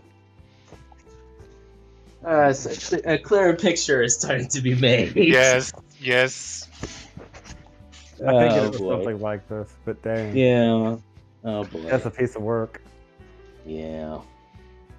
What were you gonna say, Gildas? Well, honestly, I was about to go straight to the point, actually. Yeah. I mean, honestly, Let's just say- do so. Yeah. Now, if I may be blunt, I would like to ask, in your honest opinion, what made her leave? In my opinion, I think she left as a form of immature rebellion. Now, We picked. She's the heiress. She has responsibilities as such. After all, that means she has a pick of the litter of wonderful jets that she could be with, and instead of looking at any of them, she threw them out, told us she doesn't want to be the heiress anymore. No. She wants to study and travel. Blech. Imagine throwing it all away just to travel. Oh, Daddy, I'll be back in a few hundred years. It's only a few hundred years of travel. Bah! And now imagine what she could get done as an heiress in that time, not gallivanting around doing Lord knows what. but perhaps this whole traveling business may reinforce her desire to be an heiress later. After learning much of the world, you start to look back at what you did, what you may regret as well. Perhaps. Though it also comes with a probability of her, after traveling, choosing that she likes traveling more and chooses to elope. After all, she has a fascination with her mother's culture. Perhaps because she has no fascination with yours. Can't understand it one bit. Higher No. society is so much more refined than that. Of course. My lord, if it is allowed, will we be able to speak to your wife? Is she available to do so? Oh, I'm sure she's available to talk to other men. Most definitely not me! Bernadette! He screams this at the top of his lungs down the hallway. Oh lord. Oh boy. Delon at this moment is just kind of like, I got all dressed up for this. Like, I got all dressed up and I have to deal with this nonsense. And yet, it's so... I feel like this is something that he also, like, oh man. I'm sorry. Or were the feelings mutual? I know. And Delon grew up in this shit, so he's like, Uh-huh. he's like snidely holding his tongue, but he's just like, oh, okay. Alright, let's get the lady of the house. It's good that we don't have a bard, because then he would be contractually obligated to try to sleep with the wife. Yes, he would be contractually obligated. I mean, Basketball kind of would have, but he's undead, so I don't know if it gets up. Yes. Forever Maybe flashing. maybe he has to bite something to get the blood and like boom. Yeah, It's Yeah, exactly. he has to get something that stimulates, so to speak. Yeah, or With get a that blue blood pill. blue pill, or get a medieval blood fusion or transfusion. Get some new blood in there. But any case, alright, so the party finishes up their tea and coffee and leaves the room with him. He does just give you a gesture of like, go on, shoo. But as you're leaving, he speaks up to you. Stick to the main hallway. Understood. Thank you, my lord. You're very welcome. And he returns to looking out at the estate, sipping his tea. As you're leaving, you hear him stand up and poke his head out the front door. Hey, that's too close to the wall. Trim it a little farther next time.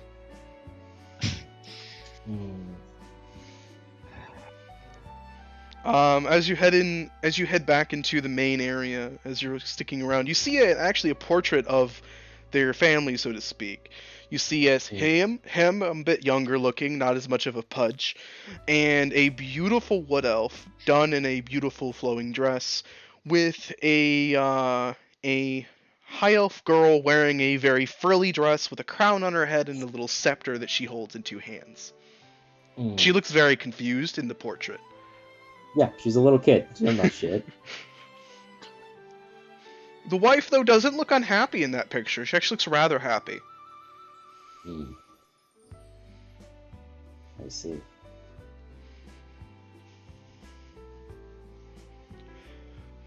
But alright, so as you're wandering the halls, you find that the one side of the house has a lot more potted plants in it, and also has like indoor like little roses and stuff, vines that weave their way into the windowsills and all that.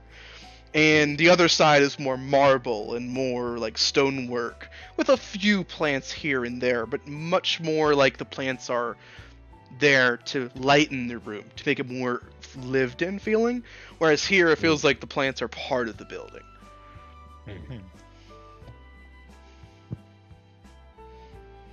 As you're wandering about, eventually you stumble into a little a sitting room on the exact opposite side of the house as his, and you find a rather beautiful looking wood elf wearing a very pretty green dress, is sitting with a book on her lap and a glass of tea beside her.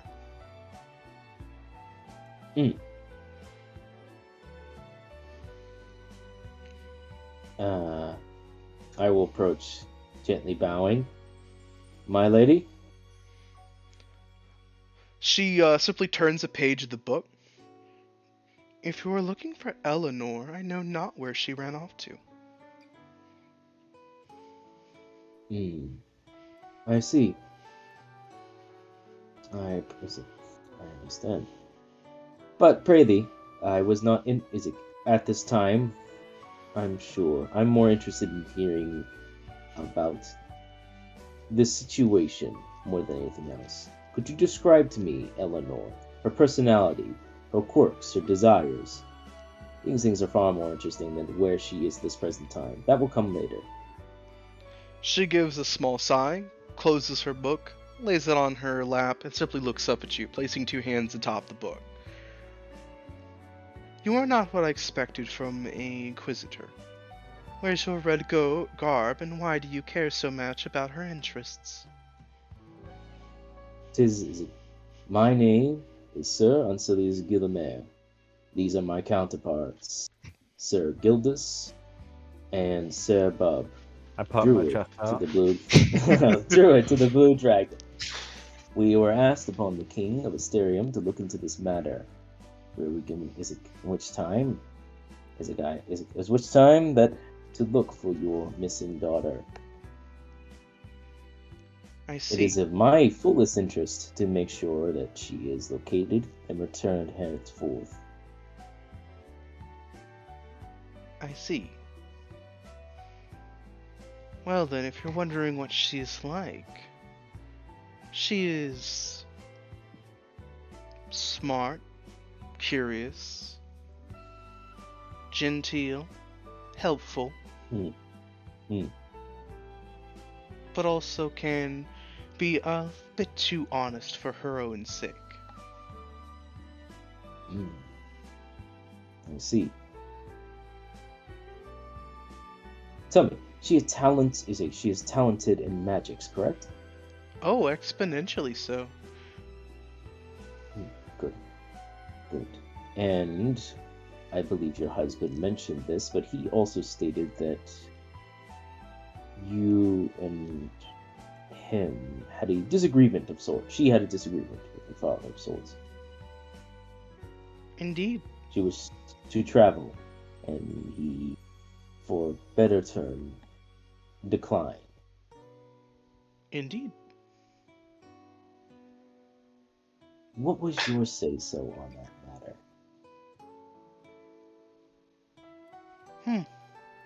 You wish to know my say-so on the matter? How curious. Why, my lady? Oh, I'm just not used to having my opinion asked for, this is all. I see. 'Tis a shame, then. But please, pray tell. What is your perspective in this? If Eleanor wishes to travel, so be it. Far be from me to stop an inquisitive girl from roaming about trying to sow her own wild oats before coming back with the spoils of the wilds. Forgive me, my lady, but are you not aware of the danger that would present, also? Oh, I am fully aware of the dangers. If she survived the noble college, then of course she could survive out in the wilds. Fair enough. Fair enough. I worry, though, as she is of high-born blood, she would be a target for those with more nefarious means. She would have to hire fairly astute, incredibly competent companions.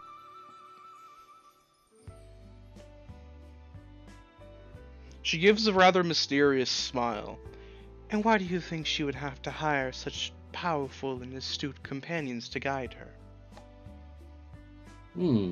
Well, considering the many dangers that come with the road, a road traveled alone is a difficult one.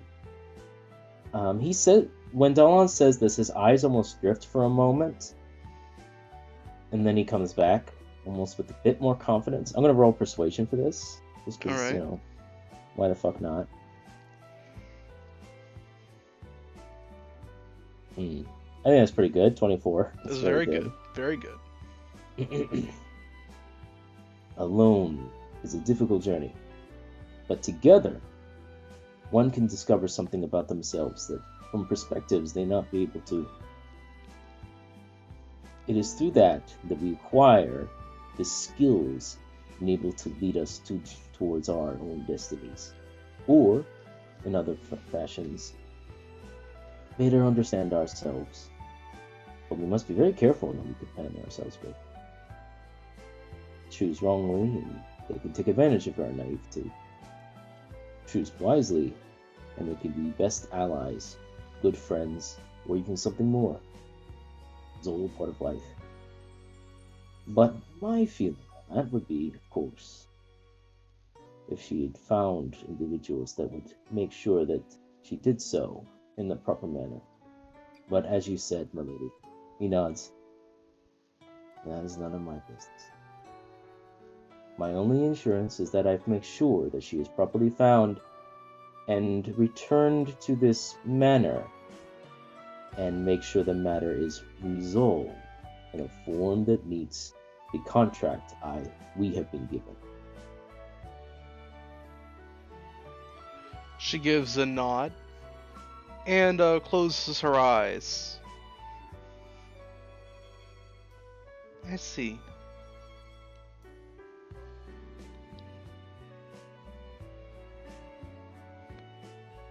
By the way, those of you with good perceptions see as, for a brief moment, looks like something flickered on her face as she said this. Uh-huh.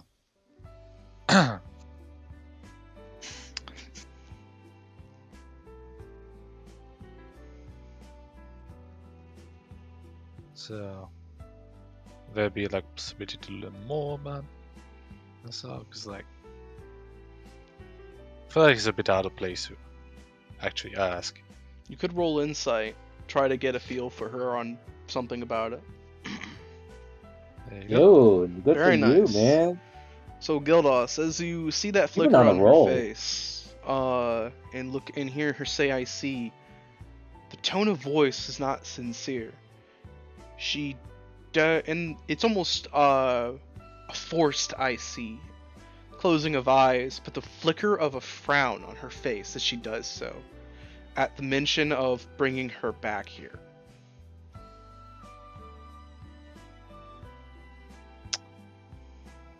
forgive me for asking, but you seem more like the type of person who would let her go and do her own thing, correct?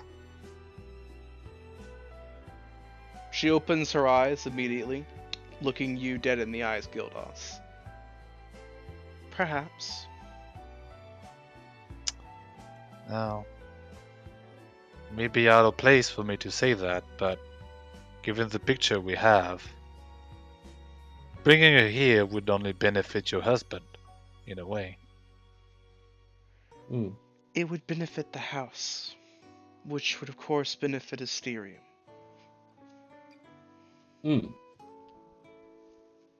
But if I'm not mistaken, and he kind of looks and glances to Gildas, as if, I think I'm starting to see, like, the connections of a plan. If I'm not mistaken, the request by King Asterium, was simply put to make sure that the young lady is made sure that her inheritance is understood, and that she merely had put to bed any issues. I received no word of where specifically she had to do these things. Were you, Sir Gildas? No. I believe you're correct.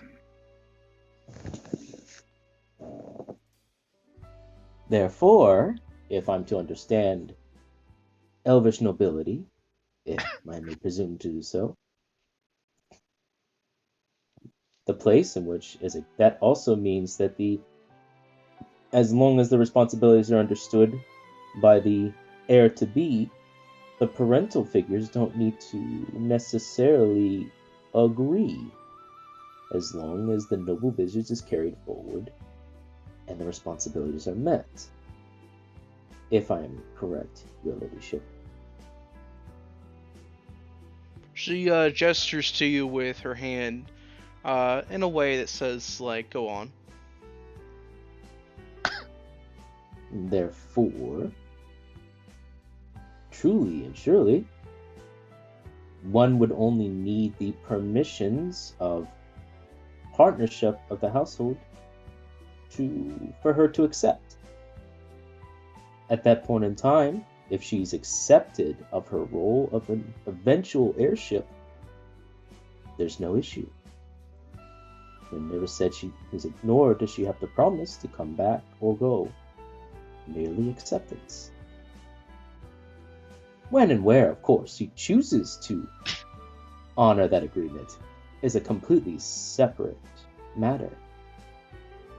Wouldn't you say so, Sir Gildas? I nod.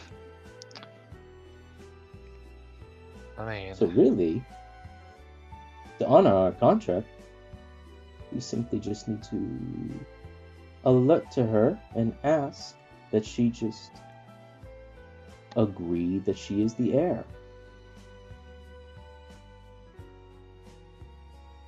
With at least one of her parentals' acknowledgement. Blessing of such. And after that, her decisions are her own.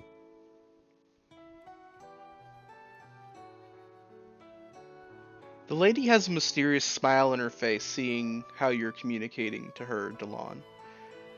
She stands, placing her book down flat on the table, and begins walking down the hallway.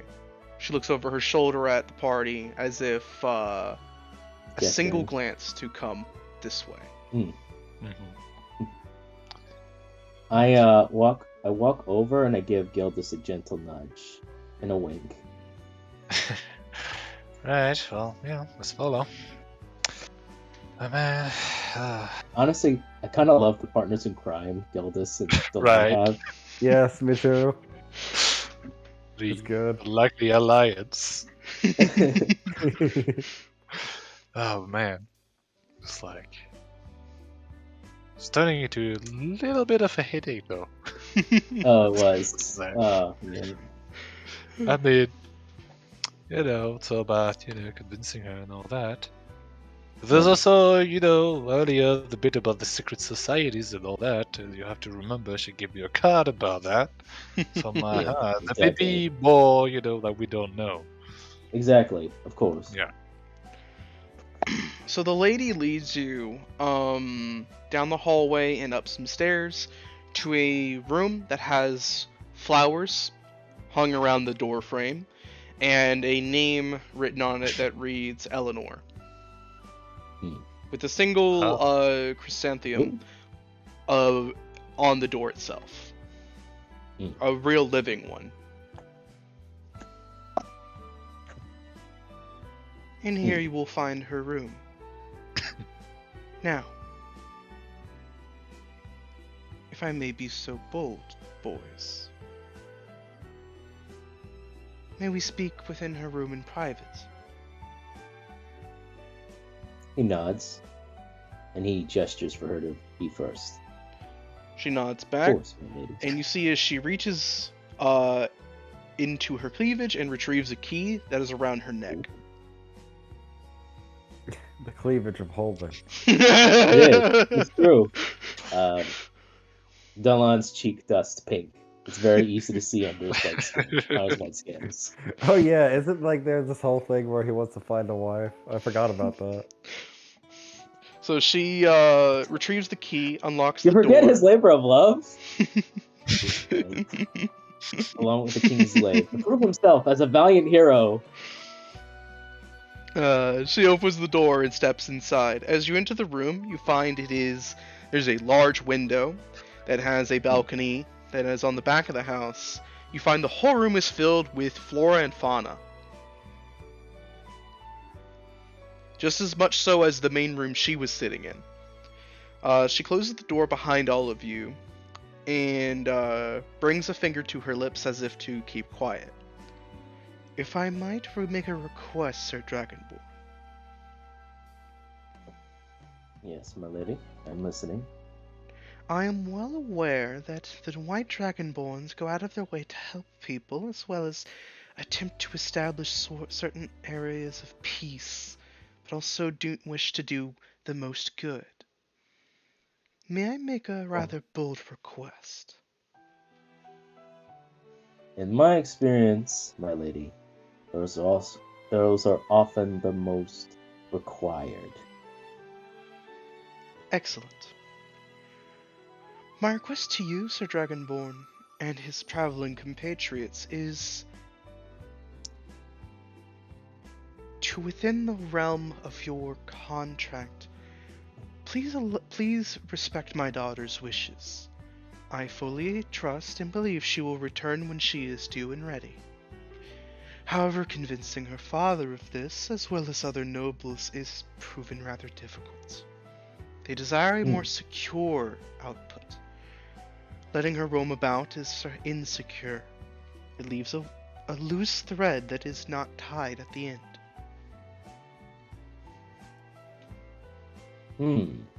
As such, while I respect that you wish to bring her back here for security's sake, my personal desire would be for you to assist her in leaving the country. I see.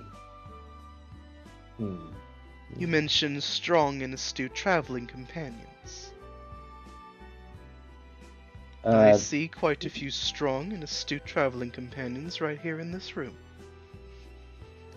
I looked at the line, nod. Yeah. Like, don't worry, I'll... Got it. He nods and gives a knowing smile. Thank you. Excellent. Well then, since I have gained your character, and you have proven yourself to me, might I recommend you head to the Babbling Brook? As a matter of fact,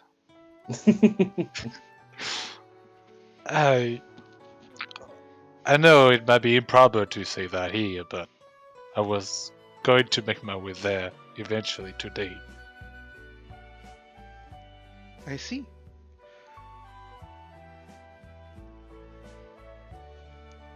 Well then, do enjoy yourself. And while there, might I recommend trying the special course there.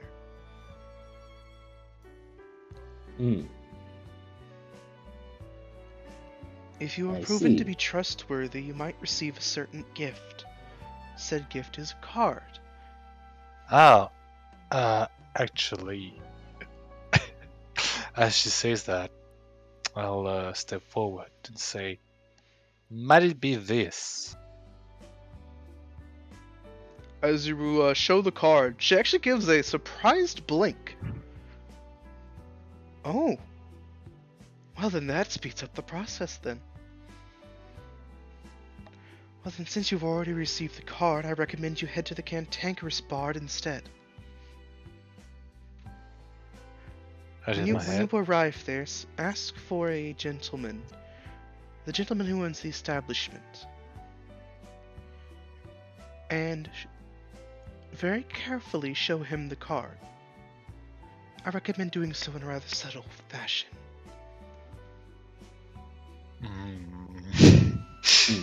I'll do my best. Afterwards, I believe you should be escorted into a members-only room, so to speak.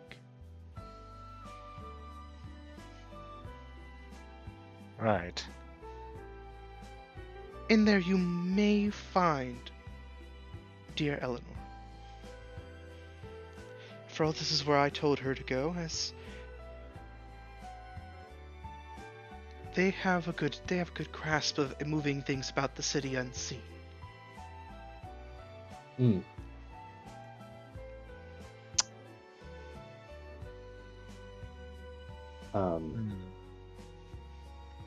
They nod. And then we shall do is then it seems our destination is set.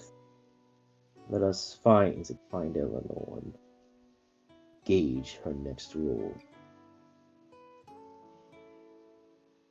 But before we go, if this is an official request of mine, if this was simply a favor, my lady, we cannot abide. However, if you were to hand us only but a coin, it would be an official request of your house, would it not? I'm afraid I cannot tie my house's name to such a request. It would complicate matters. However, a request from an anonymous requester would suffice, yes? It would. Excellent. She quickly reaches under her sleeve and hands you, Delon, a banknote. Ooh. Alright. He grabs the banknote. Gently.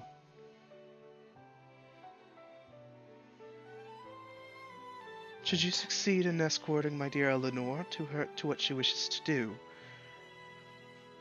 then simply bring this to King's Landing.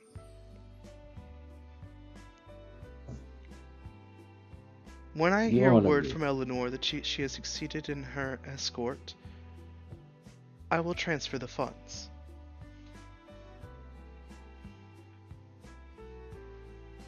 You honor me. Thank you, my lady. I will make sure that this is taken care of and not fall into the wrong hands. Let's try on to avoid any unnecessary drawing of funds. Oh, we have quite a lot of more greenery to add to the estate. I'm sure a few thousand gold been spent on the flora and fauna and renovations of the house would just go unnoticed. I see. Thank you. Well, gentlemen, we have a mission. Well, let us go forward. Before we leave, I do have a question for the lady. He stops like as in mid-step. You can go ahead. That's okay. I thought it'd be funny if you did that. Yeah. Damn. after everyone leaves. Oh, you want? Yeah. Okay. It's just a simple private question. That's fine. You can just be Not like, too bad. you could just give a look to like Right. Delon, and he'll just grab Bub. Right. Yeah. Essentially. Come, Bub. Okay, I don't resist. Like, ah. I want to listen. You pick up Bub like Xiao Po picks up Zhao, King of the Rock. Pick him up by his arms. He's like, I don't know what that is. Is From that Mulan. Kung Fu Panda? It's from Mulan. There's Mulan. the short guy Zhao, and Xiao Oh, Po yeah, is the big yeah. fat guy. And there's a point where he picks up Zhao, and he's like, holding like a toy. Yeah, okay, I'm good with that. Right. Yeah. Once everyone leaves, I'll say, now it might be a little indiscreet, but is your daughter well, she's usually a high elf, isn't she? But at present, is she of a different race? Say, a drow? She gives you a very curious gaze, as a very knowing gaze as well, and gives an odd smile. High elf, drow, wood elves, half elf. Why, I'm sure she could be considered almost any of these at one time. Right. Well, Then she's half high elf, half wood elf. And on my side of the family, we have wood elf in us, as well as a tiny ounce of drow. And if what the blue dragon said about potions is true, I see. And I think I understand why she gave me the card then. Especially if she saw our party before. Well, rest assured, I'll try and get, blah, blah, blah. I'll try to bring her along. Oof. Talking hard. She smiles at you. Most excellent.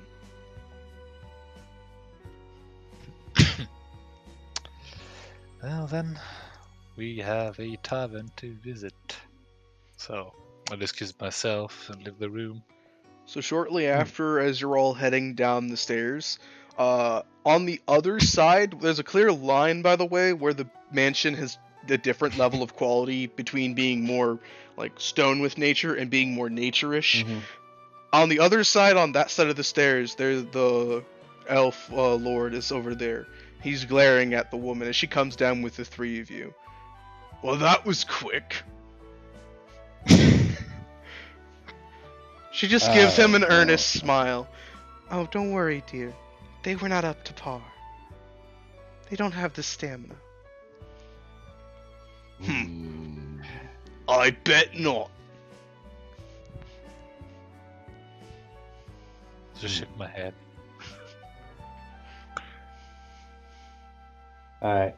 As we're about to go, Delon is actually going to stop like mid-step, and he's going to see the Lord. He's going to nod, bow, and he's going to say, "Thank you for the opportunity for allowing us into your household. We will complete our endeavor to our fullest capabilities. Rest assured, young Lord." Thank you. See that you do. I'll make sure that you get compensation for it, as well as some recommendations when you succeed.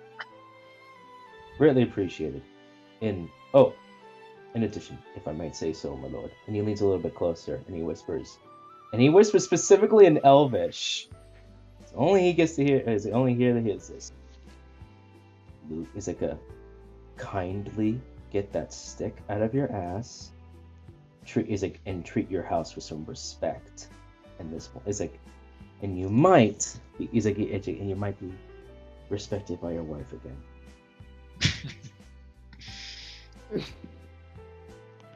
He speaks back to you in Draconic. Watch your tongue, boy. You know not which houses you dabble in. Fuck. And he's like, Delon nods proudly and speaks back in Draconic. Nor do you. And he smiles, bows once more, and begins walking. Oh shit. He gives a very small bow of minimal respect, smiles at you in a courteous fashion, and watches as you leave.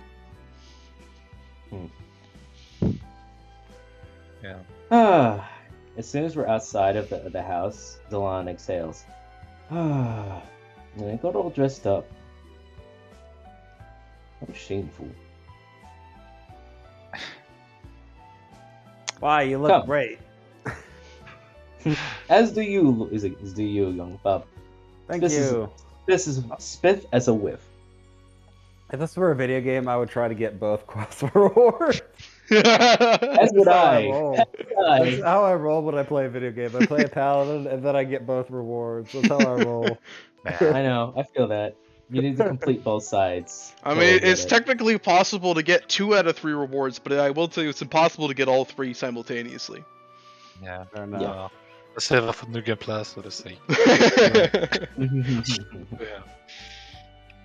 Yeah. Delon just had to say that. That was just something he had Fair to do. enough. Yeah, so Bub's like, so what are we doing? I'm confused. We, my dear Bob, are going to the cantankerous bar, Yeah. to which Sir Gil is to which we will find this Eleanor, so to speak, and we will see what her decisions lay before her when we reveal what we are there to do. Indeed. Okay. So Bub has just been thinking during the conversation.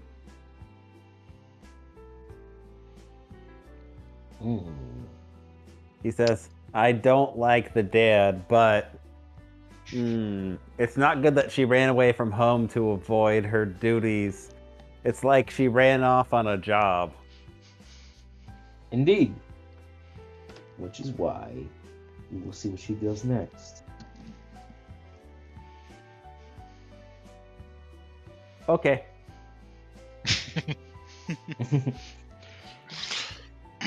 To the cantankerous pod. Alright. So with that, the party heads over to the Cantankerous Bard. As you arrive, you find that there is a much higher life quality to this bar here. You find that there are nobles of high standing here, as well as traveling merchants. This seems to be the premier tavern to stay in for those who want to stay and stay comfortably. As you check the prices, they're also quite high. For instance, 1 gold for a night's meal, 5 gold a night kind of thing. It's a bit pricey. Yeah, but what's the price for the special, though? There is no special here at this time. Yeah, They right, don't no, dabble in special anything of that sort. They're very, very up and up. On the up and up. Uh-huh. For sure. As you arrive, you find that the place smells of flora, actually, of different types. Very, very earthy, very welcoming smell. Whereas the Babbling Brook is filled with scantily clad maids and waitresses and waiters and all that. This place is it has very well dressed, almost butler-ish type of waiters with very well clothed, very beautiful waitresses. It's a very high class establishment for the most part. As you head in, you are very quickly greeted by a... Give me 1 second.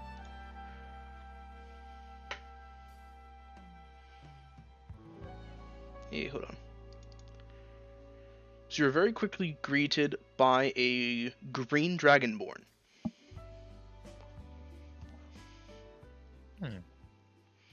Huh. He has a manacle, like a little monocle on one eye. He's wearing a very pointy black hat, and he's wearing a very fashionable looking suit with gold trim.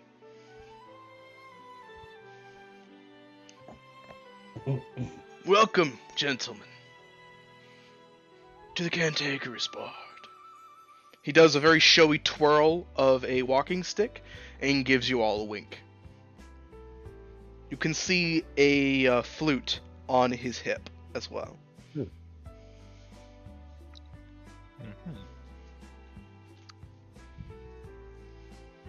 If has a flute, I ask. May you be the eponymous bard? Indeed I am, gentlemen. Oh. Ever cantankerous in my gesticulations, ever the troublemaker, but alas, those days have come to an end as I run a glorious tavern. If my lovely staff can be of any help to you, just ask, and I will see to it that your needs are fulfilled. Of course, should you have the coin. Right. So she said you had to show that the owner, right? Discreetly. Yes, Discreetly, discreetly. indeed. Well then, I'll move forward. Like, essentially, get like 3 goals in there. Like, put the 3 Hey. goals in his hands, table for 3, and like put the cards at the same time on it. Under the special- gold. He immediately closes his hand around the card, pocketing the gold and the card simultaneously. I see, of course. Welcome, gentlemen. He turns around, twirls his cane, taps it on the ground twice. No, wait, 3 times. And you see as a table is cleared for the 3 of you. Mhm. He gestures to it, and as he goes over to it, he sits down at the table as well. And you see as a maid pushes a chair in for him as he sits down at it. Welcome, welcome. So, here for business, not relaxation or pleasure. Unfortunately, my good sir. Oh, you say unfortunately, I say fortunately. Perhaps business is not in your fortune, but it is most certainly in mine. Now, gentlemen, what can we do for you today? Again, no names, no names. And as Gildas, as my companion put it, we are interested in the special. Yes. Ah, I see. Well then. He stands, and you see as he... Let's see, how many of you speak Draconic? Yep. Me? Nope. Alright, so Bob Aw. and Delon, you hear as he says in a very quick, very fluent sounding Draconic, 3 gentlemen for the special. And then he changes his wording to another language. How many of you speak Infernal? None. Didn't think so. So he speaks something in a language none of you understand, and then turns back to you, shoots you a wink, and does a little click of his tongue. Got it all squared away for you. And begins walking into a back room. Hmm. You are brought some food and refreshments so you relax, and one of the food trays that you have with you give you, there is a little card, very small, fits in the palm of your hand, that is placed underneath your bowls. On it, it simply says it has a time, which you know is nighttime. It's actually an hour past when the bar closes. Hmm. I'll be spending the night then.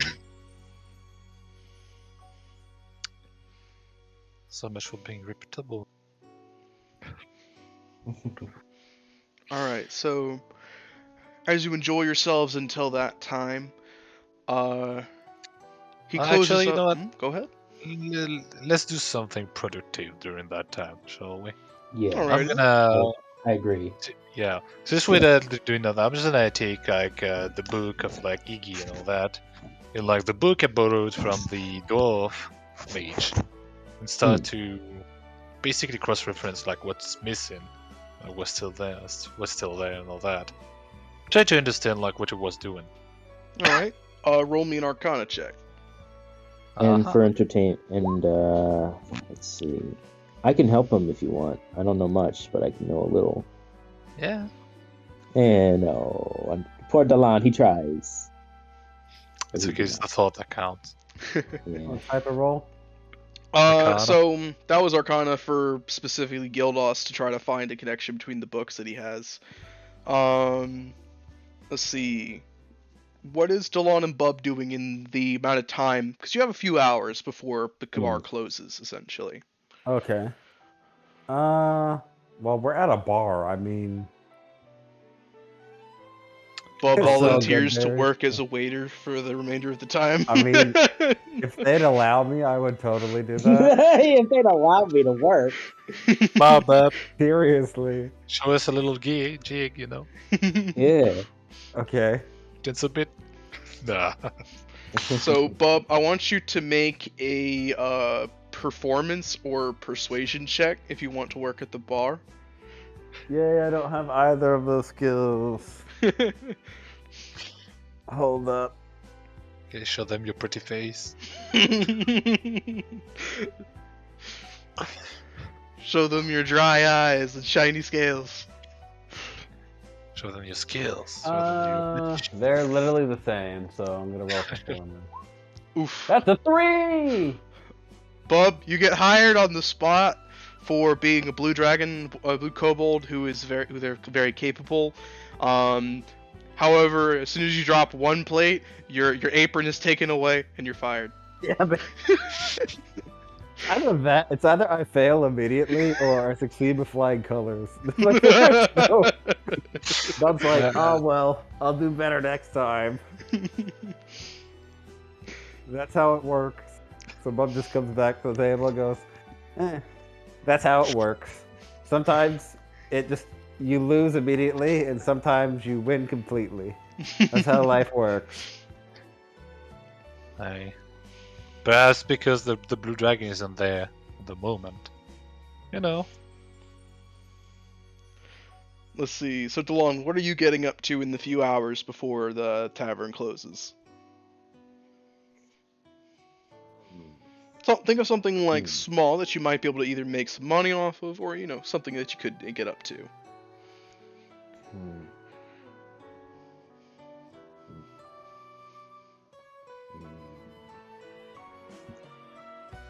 I always could go to just playing the hurdy-gurdy to make money, That works. but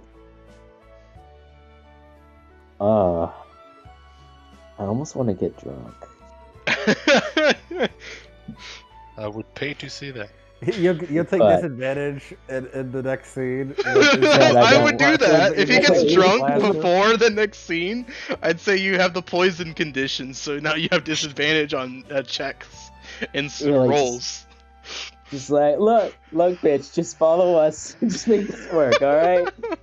No, I'm not doing that. But, I will. I described to Marshall one time that a scene I want to see with him drunk and just him singing love songs and all these girls being smitten. That's all I want. Okay. But one time, We need but to not build today. up to it. That's for sure. You got to build up to it. So today, simply, I don't have any books to work on, and I'm gonna do that. I'm just gonna work on other shit while doing that. So yeah, I'll just play the hurdy-gurdy. Just have a good time. Make All right. people happy. Make a performance roll. Performance?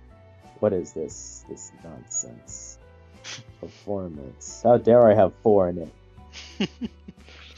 Oh, a 7. It's okay, y'all are getting the bad rolls out of the way, so your next rolls are good. Exact one. I don't look. I had that elf guy really killed my performance boner. Okay, Killed your It's just mojo. not gonna- He he threw killed off my your mojo. groove. It threw off my groove. So I'm trying to make sorry, it work. You threw It's off okay. the Dragonborn's groove.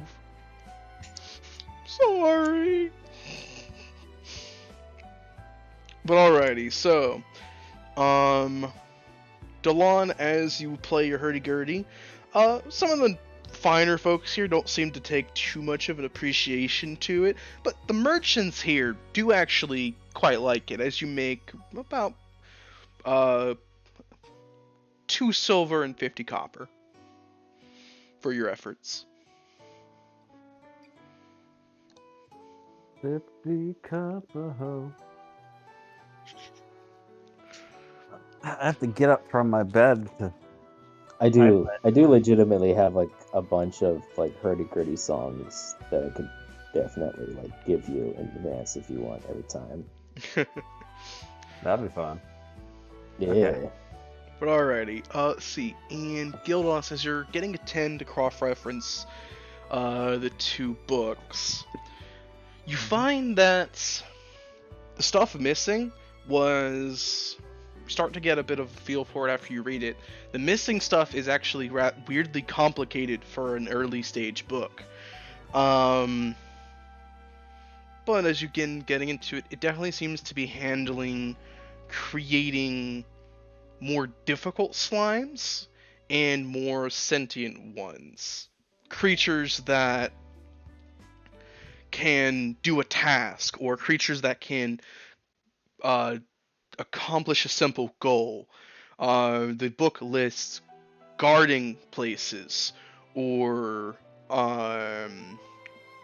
disposing of evidence, or clearing out an area for you. Similar things to this. Yeah. I feel like essentially eventually probably replacing Warforged. Because I guess it's easier to make a slime than it is a Warforged. Much it was, at least. Because for a Warforged, you have to know how can forge, can like gather the materials and that, assemble them the right way. Then you yourself, as the mage, has to put in life into it. But as we could see from our little nice dwarf friend, if you create a slime, well, what do you need? Like whatever the slime, probably, I don't know, some gelatinous, I don't freaking know, plants, like plants, nuts, and all that. You transfer that, and then you throw like random stuff in it, for example, bones or what have you. You know, it's more like, you know, it's cheaper. But I guess if you give them like more sentience, then yeah, they can start doing like what Warforged can do. Like, you know, cut the grass in the front lawn, for example. It's clearly, I mean, you spend so much gold to essentially create a person. What do you have them do? Cut the grass. Like, most of the things they have them do are simple tasks, like glorified servants. Some wizards are known to have Warforged that they want to talk to. Yeah. I say, as I want my Warforged to be a cleric. Grognard version 2. Well, it's a Grognard of Bridget instead. No, not a cleric, a clerk. Why not both? Yeah, I mean, but you know. Well, I guess, you know, it's still about more like, I guess it's more humanizing anyway, because he gets to interact with people. Well, like Warforged just cuts grass, you know. Like, don't give a shit about, like, You're like really fixated on that point. Like, who's mowing the lawn? The answer is kobolds, by the way. Well, it's, you know, it's like, if something is so expensive, you just have for that. It feels like a waste. But alrighty, yeah, you get mostly some simple stuff from the books. You do feel like there's more to read here, but you don't have the understanding for it at the moment. As the time goes by, you see as most of the nobles actually leave after a while. Most of the rooms being upstairs, and they do actually close in at a certain time to go to bed before, you know, getting to rest if they rested here. But it seems like most people actually only stop in here for the company and the food. Very few of the people who are staying here stay in this place. They just seem to drop by for the company and the food. Lots of them are regulars. They know the owner by heart, kind of thing. But after it closes up, and you watch everybody leave, he comes back over to you with a bit more of a serious look, twirls his cane, stomps it on the ground, and leans on it to look at you all. Now, gentlemen, thank you for your patience. I have successfully prepared the special. And he gives you a wink. Are you all ready? A nod. Excellent. Now, hope you do not mind, but this is protocol. And he taps his cane on the ground a few times as a butler comes over with a tray, lifts off the lid, and you see cloaks on. Cloaks with masks. Please put them on. Oh boy. We're doing some eyes wide open shit. Like, yeah, just gonna put them on. Just, like, turn to the other two and say, how do I look? So as you put on the cloaks and masks, all of you see that the masks are featureless, completely void of anything on them, and the cloaks are all red. But it's a different color red from the guards. The guards' red is more of a bright, imposing red, one that catches your attention. This one's more maroon, more dark.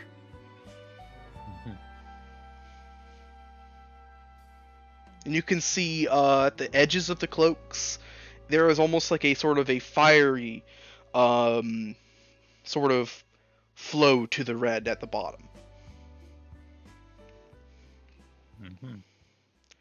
Now, if I do say so myself, you all look quite smashing. Now, I'm sure you all know all of the procedures. However, just in case, I'd like to make sure newcomers know. Please do not reveal your names. Please do not ask the names of other clientele. And, of course, enjoy yourselves.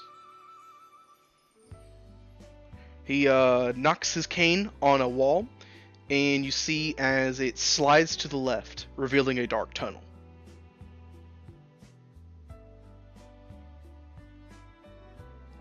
After you, gentlemen. Right. Take a few steps forward. Well, to the dark tunnel. So as you leave, you hear a knock knock on the wall again behind you as it slides shut. And you quickly see torches light the way down the stairway. As you begin heading further and further down, you see that it becomes brighter near the end. Let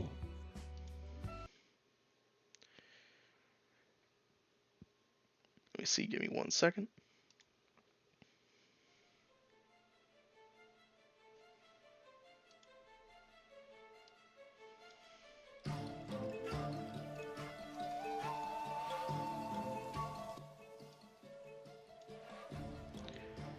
As you arrive, you see a bunch of different builded people. People with tails, people with scales, people with horns, all sorts of people wandering around wearing the same cloaks and featureless masks. You can see people selling clearly illegal things, creatures in cages, crystals on tables. You can see some people selling weapons and armaments and tomes. You see a few wands on display here. This is a veritable black market. Yeah. Very green dragon, though. Indeed. Funny enough, everybody pays, but nobody asks questions, nobody asks names, nobody mentions anything personal about themselves, and it's all surprisingly polite. There's no fighting, there's all an agreement here.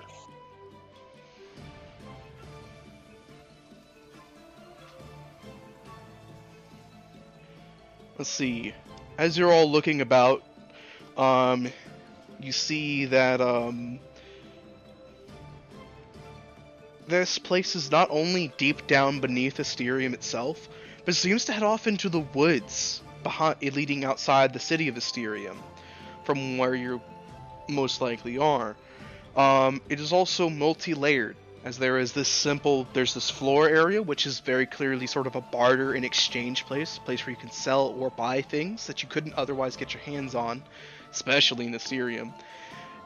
And there's also a secondary level where you can see signposts and the like, other things, other venues.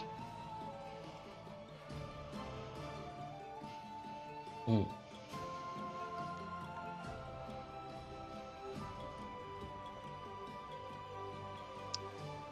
Well, suppose we have to start looking now. Indeed. By the way, if you want to start spending money on cool stuff, this is the place to get it. What I'll have to see money? what they have. Yeah, we're basically broke in terms True. of. True, but you have access now. Hey, you're right. Maybe, actually. I almost want to. No, let's do it after we do business. So If you're I have access if to you're everything. curious about some of the places that are up top, there is clearly a creature fighting pit as well as a gladiatorial pit. They are both housed in the same establishment. There was also a brothel, multiple ones, that cater to very specific clientele. For instance, there's an elvish brothel, there's a tiefling brothel, similar things to that. Additionally, there are the second floor also has what are listed as traders' dens. But judging from even a cursory glance inside and the way people are talking, it's probably a smuggler's den. Mm-hmm. It's got human trafficking in there. Uh-huh. Oh, Bub, you also see there's a kobold fighting pit as well. It's probably the equivalent of a cockfighting. It's a job. Punch, punch, punch. Honestly, It's yeah, the I best. mean, I'm It's neutral. the best job. A continuous job. I just have to take pay. Paying for my master. Well, another character now. I'm imagining he goes down in the arena, turns into a spider, and starts eating other kobolds. No. No, that's Cannibal. cheating. Is it cannibalism? fucking Is Is it it cannibalism? cannibalism if he's a spider? No. Is it cannibalism if it's like another color? Yeah. No. Bad. Baculus. Hey now. It's not Gildas. Hands off you two. It's the puppeteer who drives him who thinks that. That's an entertaining thought to have. I mean, how far can you stretch the definition of cannibalism? But yes, there Right. are multiple establishments here. Right. Funny that's enough, it. you also see a person wearing a cloak down here. Though he has his foot on a case, and he's on the first floor, and he's smoking a long pipe from that sticks out from his mask. The pipe has rainbow-hued smoke puffing out of it. Right. Is he tall or is he short? He's a pretty tall guy. Right, so that's the elf. So Filcher is probably at us. Yeah, we could probably meet Filcher in there. What do you think of it? No Miss Filcher. Yeah.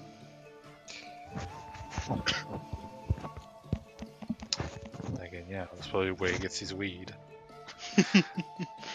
Well, honestly, while looking for Elena, might not be a bad idea to actually take a gander at like everything.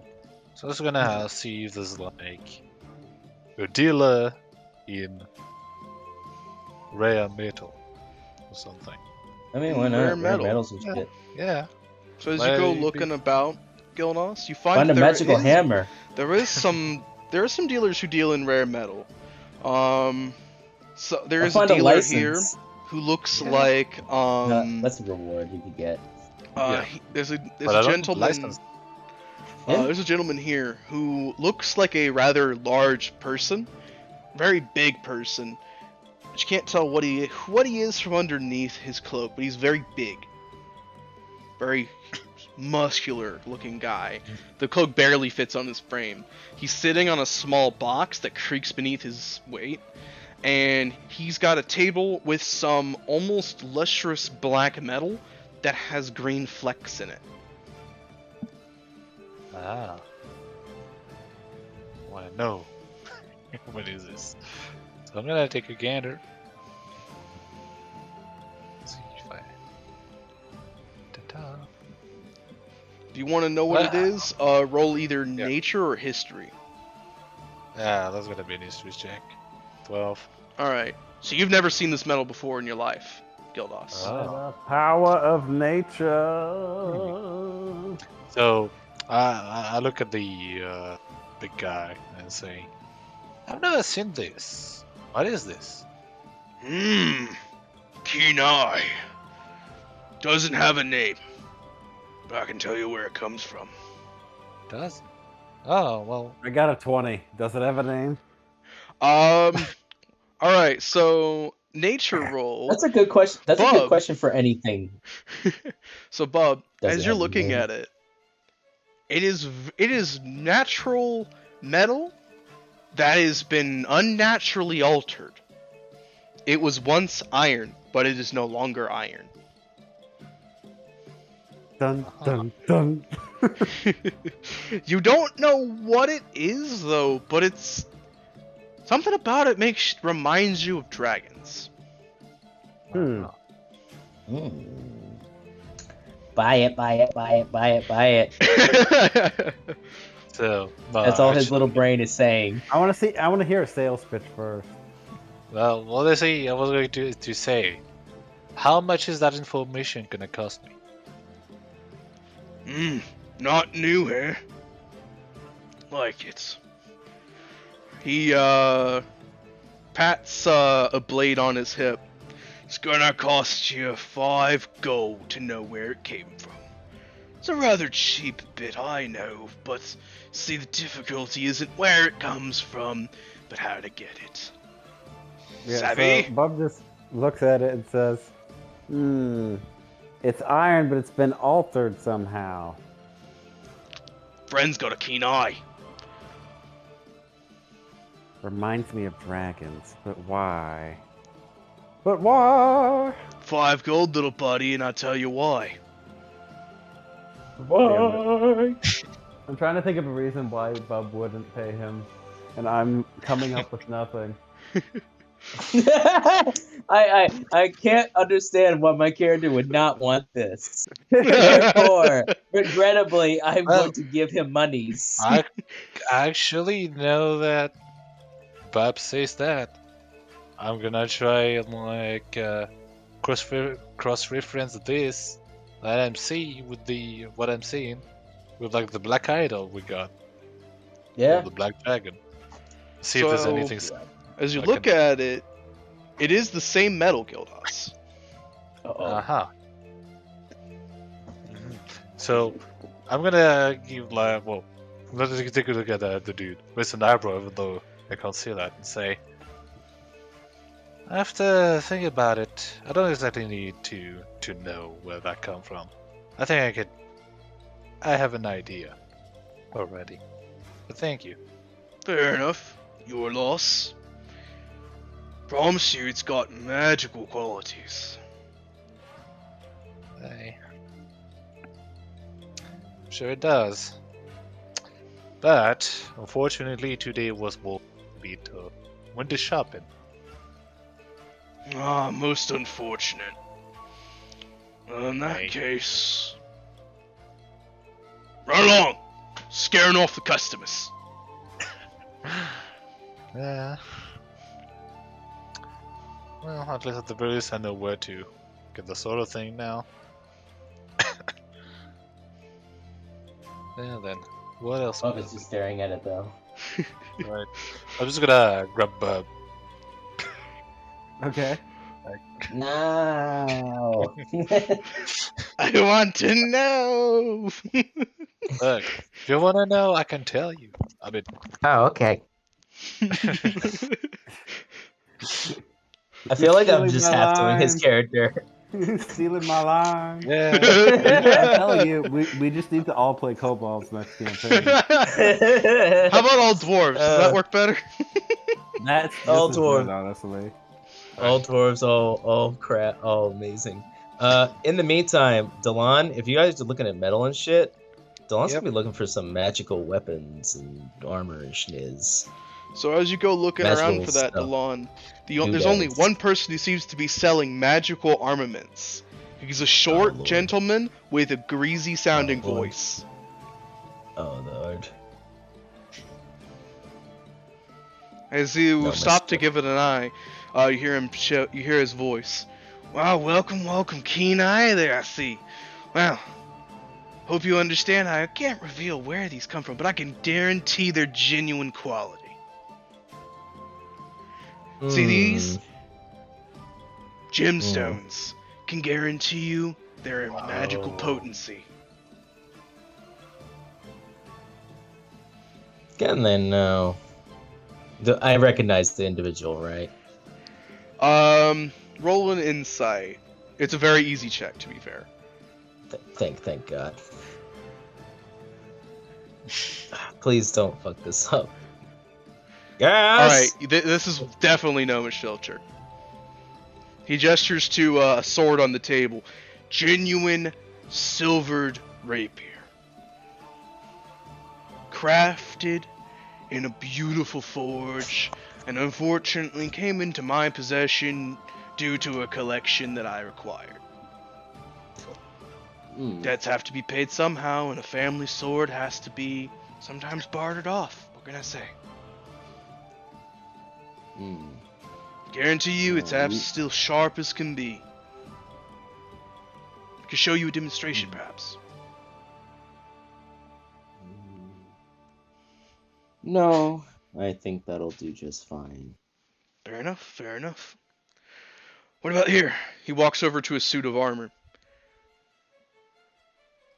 This armor is crafted with excellent quality. The green flecks in the black metal here give you unique resistances. You'll find that there's very rarely a blade, nor a blunt instrument, perhaps even a spell that could harm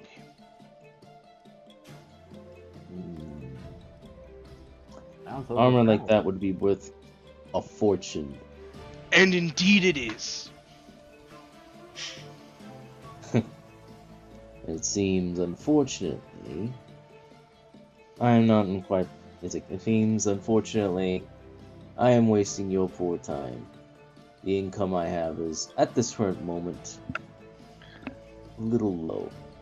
But I appreciate the visage. Understandable. If you're looking for something with perhaps a lower income, perhaps one of these daggers.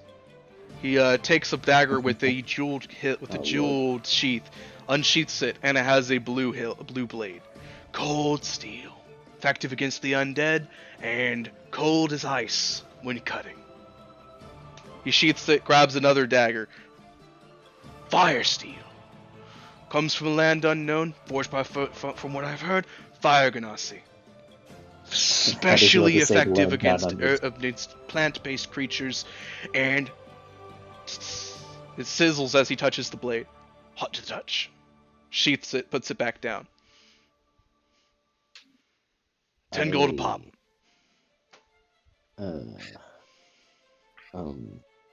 No. I appreciate your time. I think I should be going, although to this wonderful visage. You take care of yourself, Fincher. He nods, takes the items off the table, and just gives you just lets you go on your way. Of course. Though I can't confirm that these items will be here again in the future. I doubt it's good mistress as always. Absolutely. I have nothing. I mean, I got 5 gold. They ain't gonna get me shit. So it's fine. I just wanted to see. Although, while I'm here, he does stop.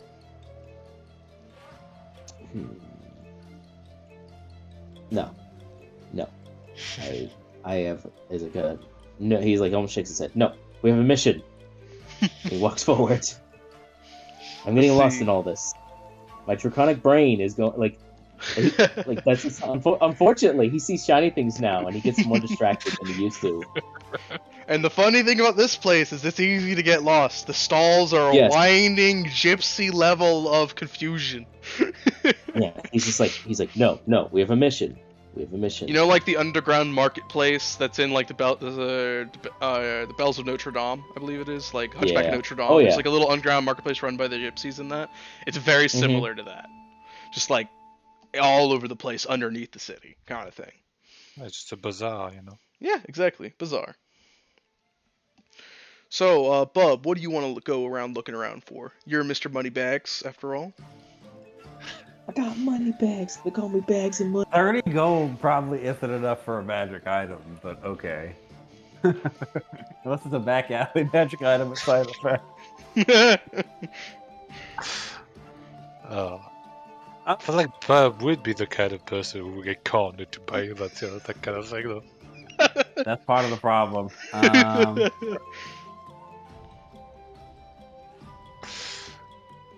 I'm just trying to think what Bub would be interested in.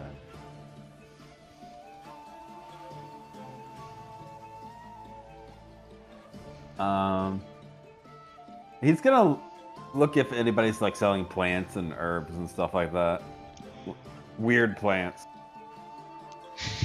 So there are people selling weird plants and herbs. There's some people selling living plants that are in cages. There's also some people selling exotic herbery, as well as exotic fungus and the like, and mold and all that. Yes, there are plants that bite back. Those are the ones in cages. There's all sorts of things here. Cool.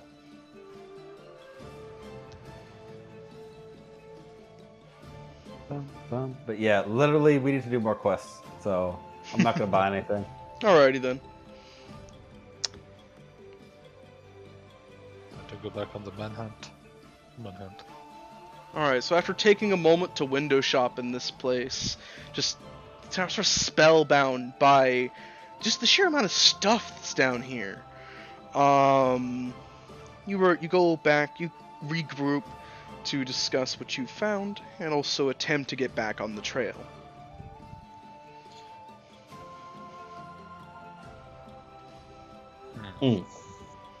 No.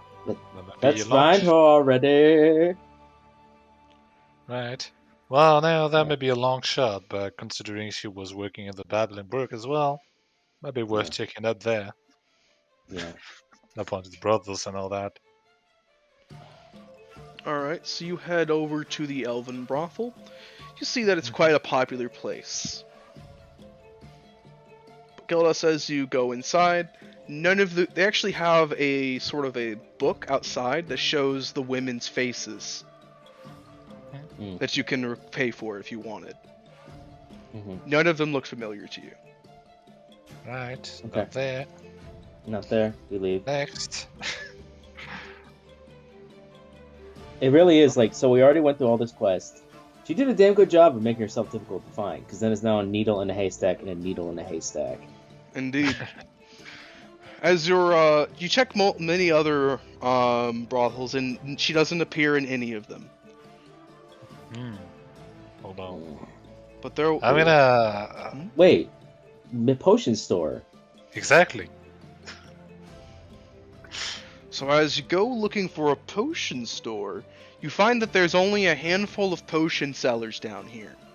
One of them is puffing on a long pipe that has rainbow smoke, and beside him is a stall with a rather svelte-looking person wearing a similar garb, who is sat selling beautifully crafted potions at a surprisingly cheap rate.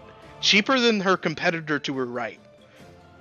Much to his apparent chagrin, as she's gotten more business than him, but he refuses to lower his prices. Yeah. Matter pride, you see. Right. As you approach, you find her, the seller currently in a transaction. And you're positive that it'll turn me not into something else? Well, I mean, I know I can't give details, but it'll make me attractive. Oh, Aww. absolutely it will. I won't look like a hobgoblin anymore. No, Aww. it'll make you into a much more attractive species. Do you have one in mind? I've always wanted to look like... Can I look like a dwarf? Absolutely. You're a lifesaver, honey. Okay, so how much is it gonna cost me to turn into a dwarf?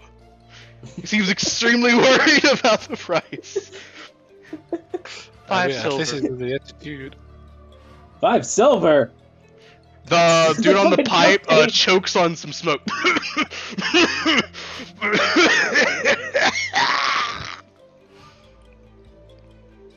Bless Fucking enough. cupcake. He immediately places 5 silver on the table, and she reaches under the counter and hands him a potion.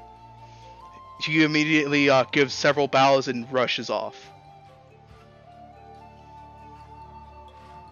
He or she? The gentleman who bought the potion. Okay, good. The hobgoblin. Yeah, the hobgoblin. The poor bastard. Oh, come on, the hobgoblins are cooler than dwarves. Come on. Right. That is part of. Oh. Who should approach first? Ah. I guess I will, since I have the most silver tongue. Yeah. Yeah, let's just do it. Alright, I approach. Counter. Pardon me. The vendor looks up at you. Ah, hello. I have potions here of all sorts. What's your ailment? I have no proper ailment this time. Actually, I was looking for something specifically, if you don't mind. I see. Might you have a better idea heading over to one of the other establishments that deals in information? True. I might. But I was thinking if I wasn't a little bit more certain. Tell me, is your name Eleanor? Absolutely not. Truly. Indeed. Why, I am but a humble potion seller. Let's see. Glancing, she's wearing a robe, You're a right? damn cheat, that's what you are. Selling your potions over there.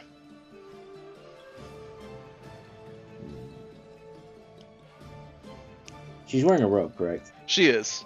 The same robes as everyone else here. Though from her voice, she definitely has a very beautiful, well-spoken voice. Truly. It seems you're not quite liked in your competition. It's simple supply and demand as well as market value. Is it? I won't deny I'm perhaps price dropping here, while giving him the appearance that he's price gouging. But if he truly wanted to keep making sales, he just needs to lower his prices. There's a certain smugness to her voice as she says this, a very obvious grin beneath the mask. I see. Hey now, these potions are expensive to make, lass. Besides, no potion seller worth his salt will sell them for less. Potions clearly don't work.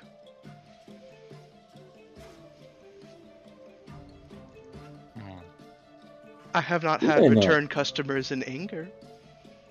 So obviously they are satisfied if they do not wish to come back attempting for a refund, as I have seen come with yours. I simply guarantee the potency of my potions. Oh, actually, gonna step up and say, well, I know that information might be another stall, but I'm looking for information about a specific potion. Unfortunately, I only have the details of, well, how it is, but I don't rightly know what kind of potion that is. So, would it be possible for you to reverse engineer that and tell me which potion that is, and if you do have it in stock? Possibly. Right. So, let's say, from what my friend told me, it is a potion laced with gold, with the consistency of wine, or, well, juice, really. A really very refined work, and extremely potent. And although it is specialized for something, it is that something that I'm missing. Oh, and I believe it smells like lavender.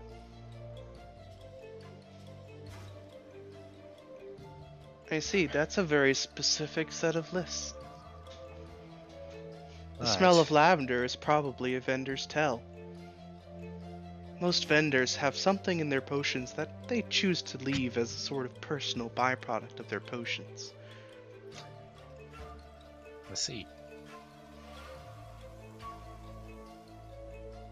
Uh, The juice okay, or pardon me. clarity of them is likely to signify a more natural substance being used. Could imply what the potion's original magic use is for as well. As for the consistency and refinement, most likely a weaker potion.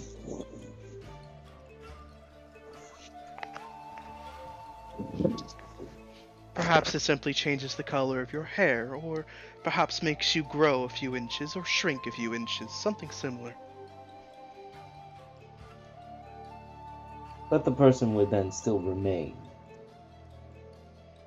Just slight alterations. Possibly, depending on the potion maker. For sometimes potions can be wild, borderline disastrous. Like wild magic, perhaps. Indeed, Hmm. such wild magic potions are very, very dangerous. Their making is usually considered to be illegal due to their harm that they can have to the ingester. And that is probably why there are laws and consistencies to allow such an only regulated amount. Such creativity would cause a needless disagreeable amount. Wouldn't you say so? He glances to Gildas with like a wink. Mm-hmm. I'm sorry. Is that right? Let's see, yeah. But from what I remember, the Blue Dragon wasn't really talking about how this was illegal, though. Like, The joke was I'm trying to yeah, no. get her to spill herself. Yeah, Right. I know.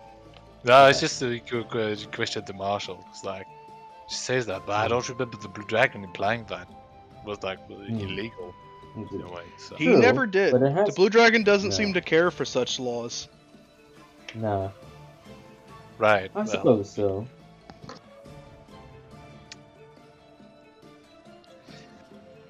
Well, should this really be illegal, though? I mean, what I've heard was endorsed by the Blue Dragon himself. The other potion seller speaks up. Wild magic potions are only legal because people who don't understand to use them responsibly. It's not the potion seller's fault if the person doesn't check the potion's potency first before ingesting. If you ingest wild magic potions all willy-nilly, then of course you should be held liable for your foolish choices. On this, my rival here and I do agree. A person buying a potion and not even asking what it does, or asking more questions about it, is on them, not the seller or the creator. Right. However, the vendor should, of course, disclose what it does. Potentially offer it up front. I'm just gonna look at the our friend the elf, given our potion without telling us what they do. Oh, then again, It was given to you by Filcher, actually. yeah, that's what I was gonna say. But given by Filcher, but probably given by the elf first. The elf probably gave it to Filcher, and he probably gave it to you. Guilty by association. If they don't ask what the potion's potency is, that's on them. Why should the vendor assume that they don't know what they're purchasing? If they're purchasing it, then they clearly wanted it. If they want it, then they need it.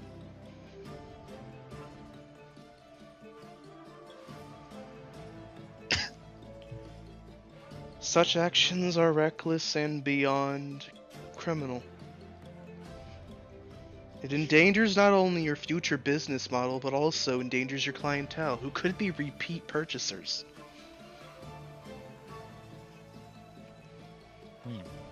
Listen here, lass. The only people who should be buying potions are people who know potions. Although, forgive me for interjecting, that's gonna be hard to come by if, well, even the college there's no teacher for that. I heard that the teacher got canned recently. Rather unfortunate. Oh, recently, as in a few years ago, then yes. Perhaps. I've been known to blend years together. An unfortunate side effect of my persuasion. Oh lord. Right. I'd imagine he's speaking of his race, or perhaps his level of ingestion of other herbs. You're right on one of those, darling.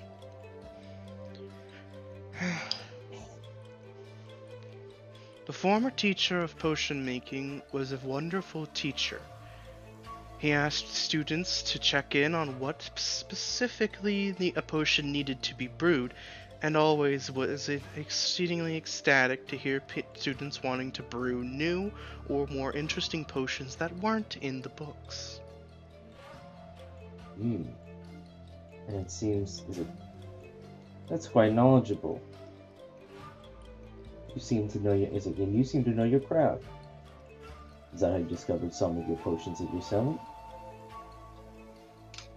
A vendor should know what she sells. Then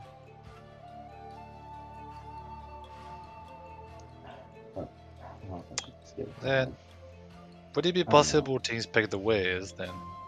After all, I'd like to know what I'm buying. Of course. If you have the intention to buy, you may of course inspect the potions. What kind of potion are you looking for? Honestly, the desk giveaway is the potion that you had that was made by her, or something has lavender scent in it, or some shit. Right. If her potion has lavender scent, then she made it. Yeah. I would say any would be fine, but how about race change potions? I have a plethora of those. Which race are you interested in turning into? Let's see, we do have a potion of like race change to compare that to, so We do. let's go with that. How about race changing into an orc? Always could be interesting, and I do know the language already. Alright then. I'm assuming you have a reason, and I will not inquire as to what. She reaches under the counter, you hear some glass clinging together before she places a simple vial on the table. Here you are. Right. I'll attempt to inspect it.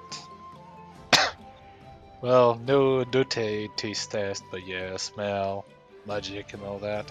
Alright, roll me an Arcana check. Hey. 16. Alright. So Gildos, the potion is filled with tiny little silver flecks. And also has a very pure, juicy quality to it. Additionally, it smells of not lavender, but something else. Very similar, though.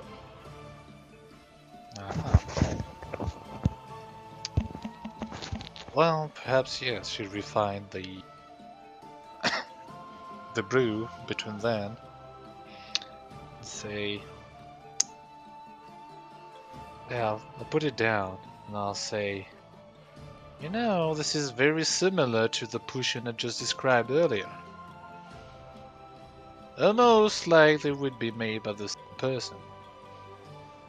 I would not know of such a thing. However, if they are similar, then somebody probably made them in a similar fashion to myself. But the ingredients you listed are quite pricey, and I can guarantee you I don't have access to the funds for such things. If you desire to own that potion, it'll be 5 silver.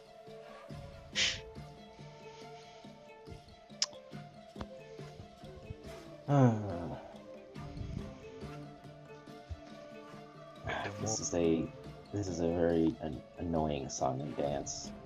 Yeah.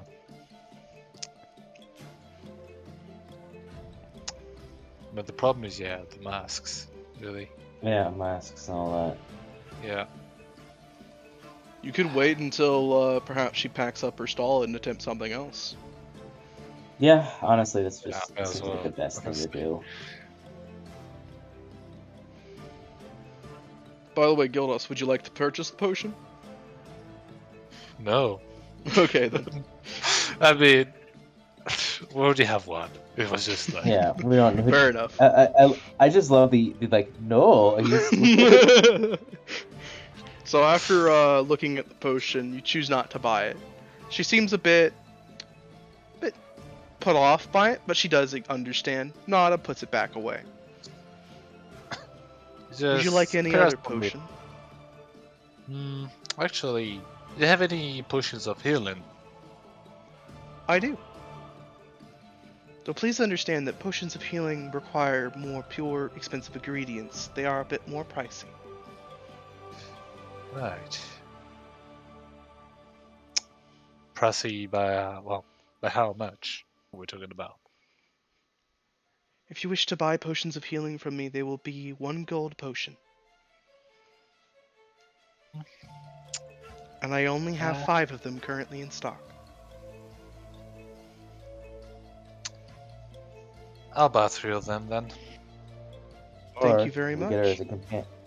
Alright.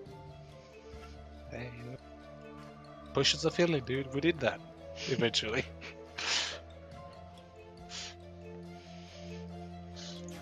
Alrighty, so you obtain 3 potions of healing. Yep. Spending 3 gold to get them. After accepting it, she slides the gold under her counter and gives a nod of her head. Thank you very much for your patronage.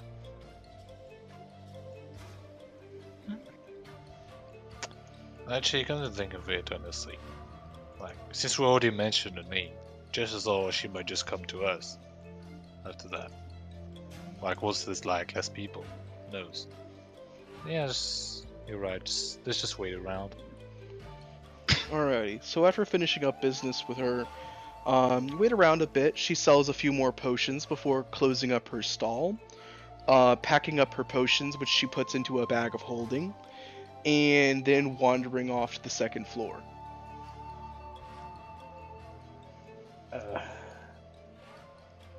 I mean, She yeah, specifically it's heads for the traders' buildings. Yep, following. Or honestly, just approach at this point while she's alone. Yeah. Let's do that. Excuse me. She stops, turns around, and you hear a very audible sigh. If your friend is unsatisfied with his potions, then he simply needs to see me during business hours. My lady, with all due respect, that's not the issue.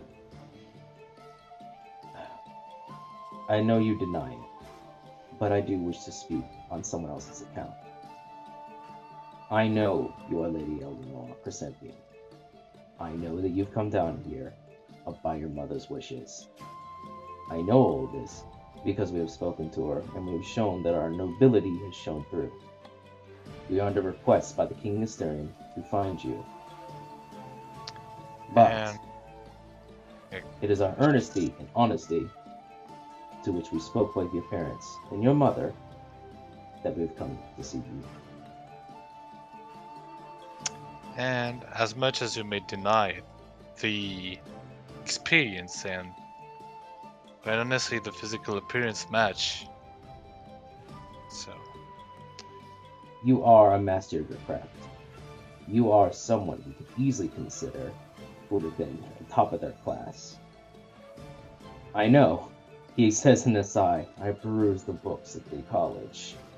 I know how many Eleanors actually made it to that level, or how many potion masters there were at that college.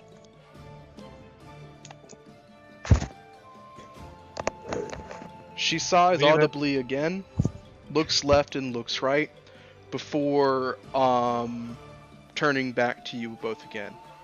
Gentlemen, perhaps we could have a further discussion in the gladiatorial arena. Blinks. let's With do a that. mask on. She leads you to the gladiator arena, pays 1 silver for each of you, so 3 silver total, and leads, 4 total, leads all 3 of you into the hallways and takes a seat, where you see that it's very loud here, so most likely your conversation wouldn't be overheard. You can see that there is currently a gladiator fighting against a giant owlbear. Oh, shit. I'm gonna place some bets on that. It's a single barbarian versus an owlbear. Owlbear wins. How many? What's the odds? This is a well-known gladiator. He's won every single one of his fights. However, so he has a good track record, so the odds are mostly in his favor. But the owlbear is a very large owlbear, larger than usual. Oh, shit. No. Task at hand. I'm just joking. Come on. If you want to bet, you could. I mean, I could. Screw it. What's the odds? Tell me the odds. Let's see. I believe the way it would work is if you put, for instance, 10 silver on the owlbear, you could potentially make like 2 gold back. And if you put it on the gladiator. If you put 10 silver on the gladiator, you might make 50 silver, kind of thing.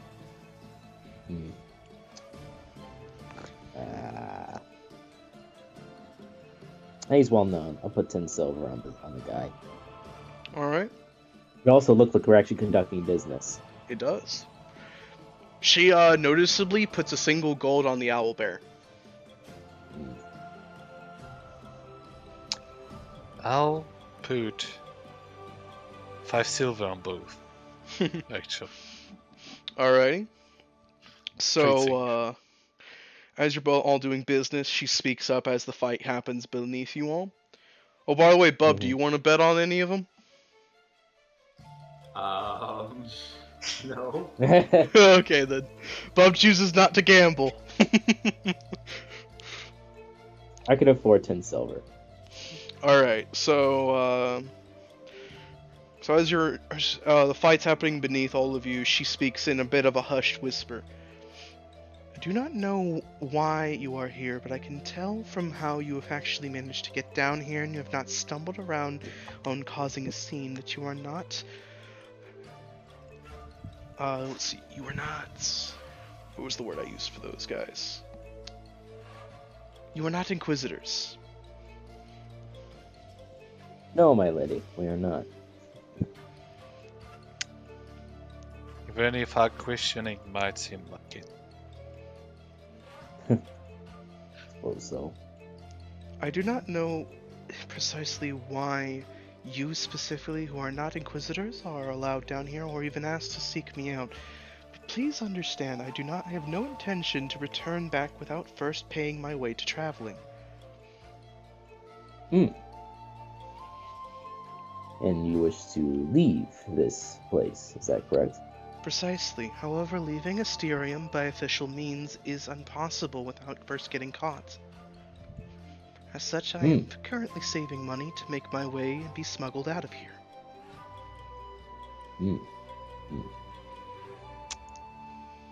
I would Interesting. kindly request that you do not share this information with anyone, and also tell dear mother that I am not returning back until I have finished traveling.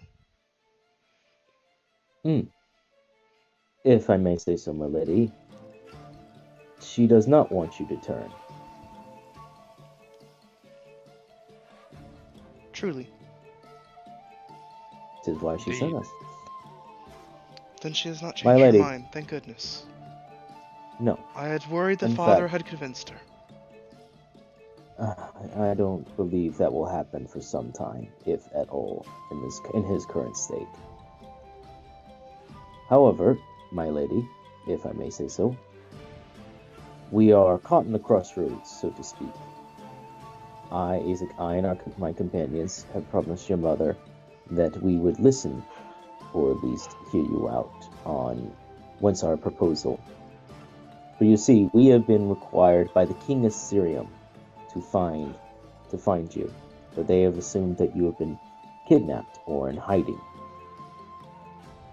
Therefore, his only request is that we complete this statement to notify him that all has been taken care of, and that you, as the heir of Chrysanthemum, have accepted her role as the heir. So, we have found you, my lady. What do you wish to do about that? I wish to leave Asterium and strike out. I intend to travel to the Savage Lands, then the Land of Monsters, then to Gloucester, finally to King's Landing, and begin attempting to find a trade partner from Nebulum. I hear they have a black market similar to this one. Then, if we were to facilitate your travels, would you be willing to at least concede their point and accept being an heir? I never denied being heir. I simply said I wish to strike out for a time. A few hundred years is nothing. I am a young elf. They are high elves. They have plenty of years to go. There's no stakes to be had. There's simply the Kingsglaive. I have no need of it. It matters not to me. If I may ask, why that particular path? Savage Lands and around, and then back to Gloucester. Savage Lands will allow me to meet wood elves as well as dabble in the potions that they have, namely wild magic. The ones that my mentor taught me in. Once there, it is a clear shot through Gloucester to the lands of monsters. There, I can try to get to know some of the people there and some of their more ritualistic habits. Then I come back down to Gloucester, where I can attempt to make connections and also set up a sort of a place of business there on a more official level once I've built up my skill set. Then I return to King's Landing once I've made money to further establish myself and also gain access to the Nebulum black markets where I can purchase more extravagant and expensive goods. If I may say so, my lady, that is a brilliant plan. Secondly, if I may also say so, why would they not support it?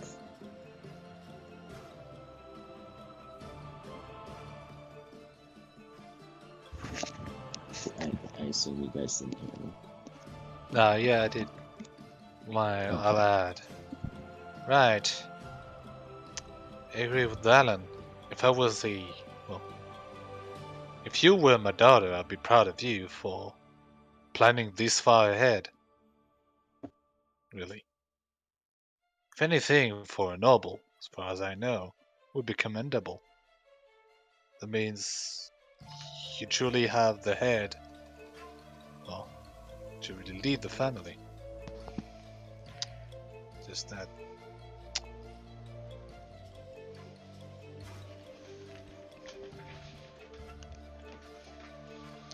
I appreciate the confidence. Father, however, does not find that it is a woman's job to perform such things, let alone an heiress. Puts me in great amounts of danger traveling amongst the countryside. And I could be kidnapped and the family line extorted due to the kidnapping. It is too risky of a business venture to risk the sole heiress on. If there was another family member, another child, another heir, perhaps he would allow it. However, as currently it is too much risk to make such a large reward. Father is not the most well articulate when it comes to truly handling people who aren't in his own head. He's very curt and can be a bit standoffish. However, he understands my business venture. He just simply does not condone it. And as far as he's concerned, since he did not condone it, it is not allowed.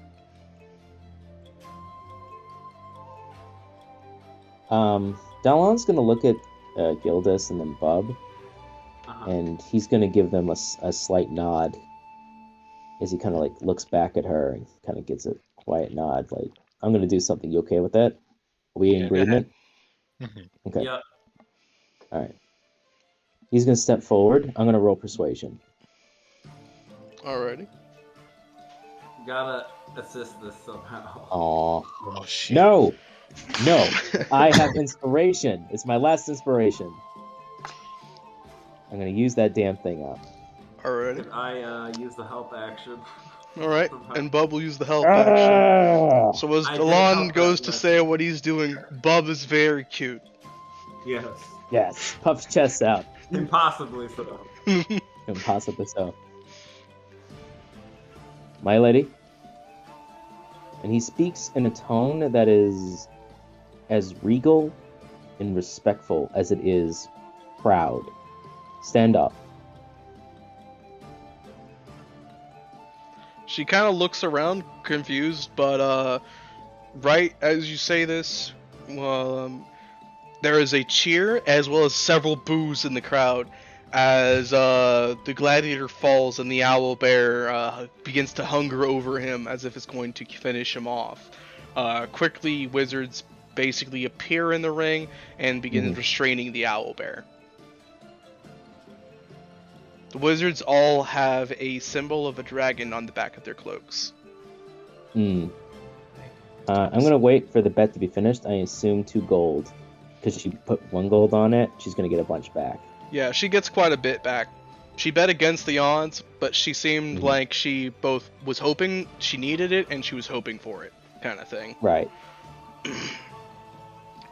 So you get 2 gold back. Gildos, since you bet 5 on each, you get roughly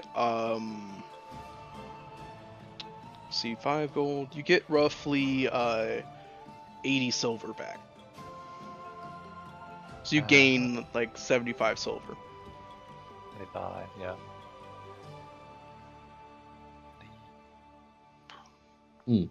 Math is hard. But as everybody stands up and cheers and boos around her, she does actually look around, nodding, and stands up, so she doesn't stick out of the crowd. Right. He's going. Okay, so I presume I lost. I put 10 silver on the guy. So yeah, so you lost. You didn't. You lose 10 That's silver. fine. That's whatever. It's 10 silver. The point. It's actually gonna work for his theme, anyways. My lady, you are in a difficult situation. I can recognize that. Anyone can. You bear the burden of responsibility on your shoulders, and it is a heavy one. I respect that. Your ingenuity and your intelligence have gotten you those far, but you seem to be running out of luck. And yet, you have bet against the odds, hoping against hope to become victorious. As a knight, I cannot stand idly by and watch upon you, any who suffer quietly. You cannot leave here in the way that you do so. You did, it would cause many an issue in the long run. But I gave my word to the king that you would return to him and show that you have not been kidnapped. And of course, by doing so, it will reveal yourself. However, I want you to reach into your purse and I want you to procure 1 coin. The value does not matter.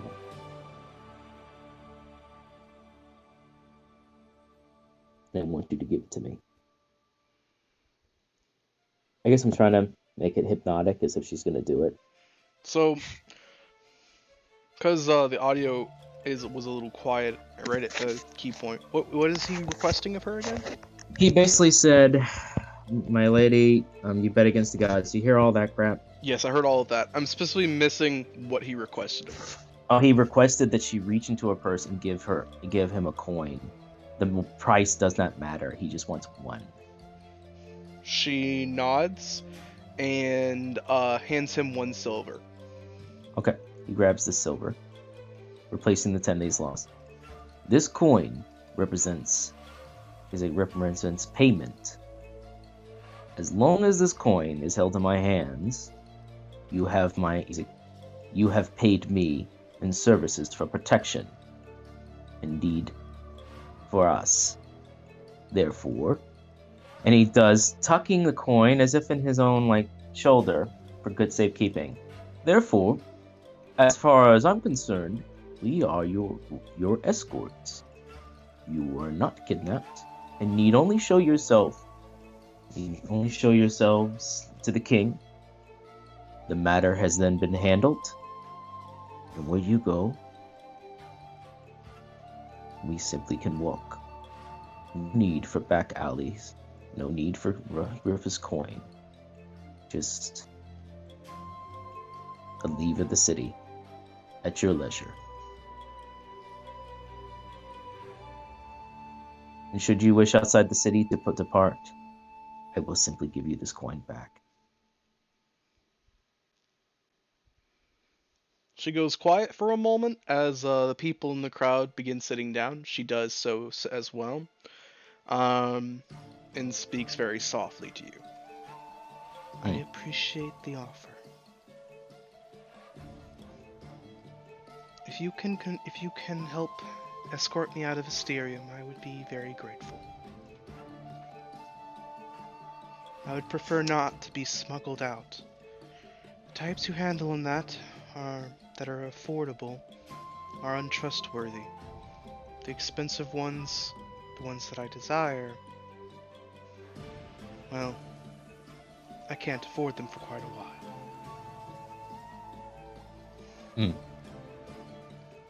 while. Delon will gently. Go ahead. You do. Yeah, I was about to say. I see. It's crazy. You would consider smuggling in the first place. It is the only venture that I have. I can't simply walk out the front gates, even if I were to change my appearance. I tried so and was nearly caught. I had to rush back to the babbling brook and hastily ingest another potion. So the Lord said. Were you about to say, darling? No, you go ahead. Oh. But I have a plan. I actually do have a plan. But I'll let you go what you got. No, I mean, that's why, I was bouncing back to you. Oh, okay. There will be no need for that, my lady. You can put your faith in us. I am on a grand quest. and it is my duty to help those in need.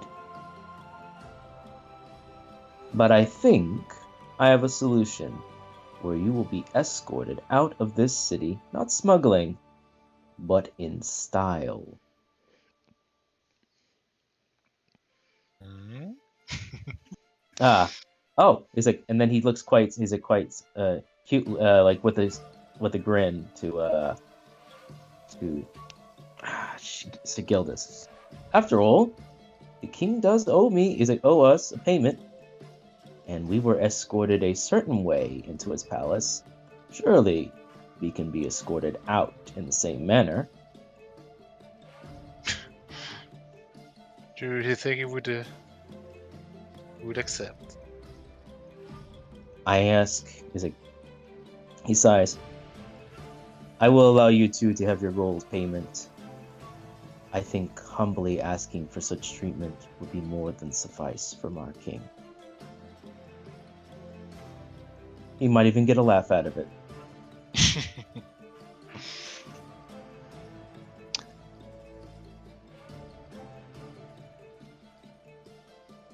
She kind of shakes her head at all of this, but stands up, leaving the place with, I imagine, you all in tow. She collects her payment from the front counter and turns to you all after leaving the gladiator pen. Well then, shall we leave this place then, so that we might discuss things more officially? I would like to know the faces of the men who are to escort me. As I would like to see the face of the lady that has hired me.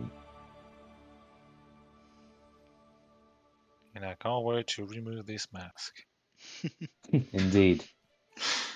It's hard to breathe through this. Indeed. It's hard to read people's expression with it, isn't it? Well. Luckily for Delon, he uses body language. Right. Lucky for them, because you can just tell from his body language.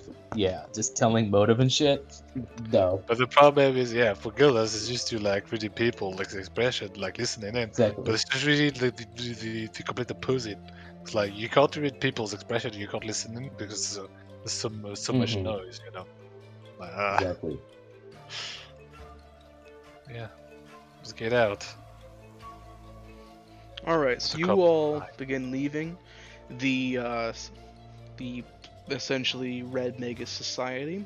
As you're leaving, you see that as they're closing up the bazaar area, it is watched over by gentlemen wearing the same outfits as you, but with a certain symbol on the back.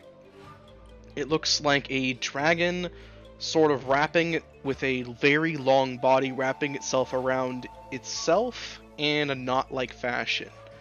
All of their masks have a single eyeball painted on them.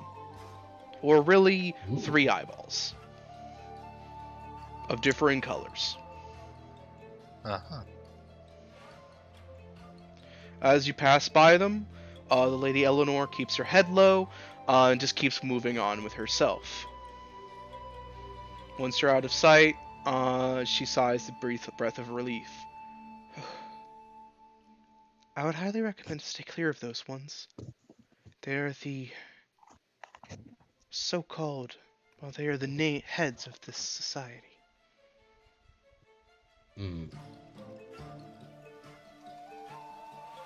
I see. Well,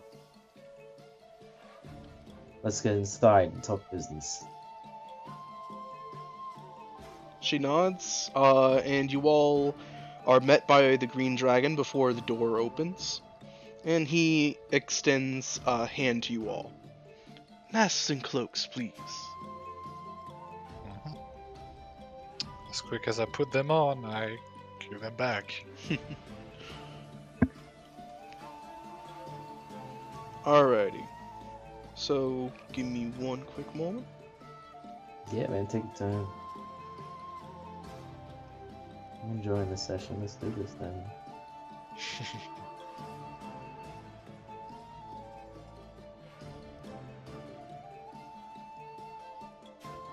Doesn't hurt that I'm listening to like fantasy music in the background.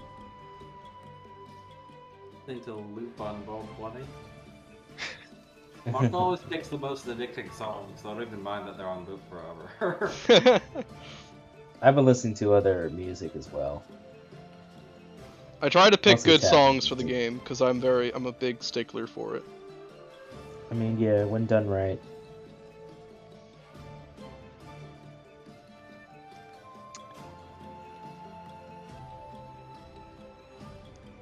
Damn it, I just had it. Where the hell did it go? It's alright. It's now or never.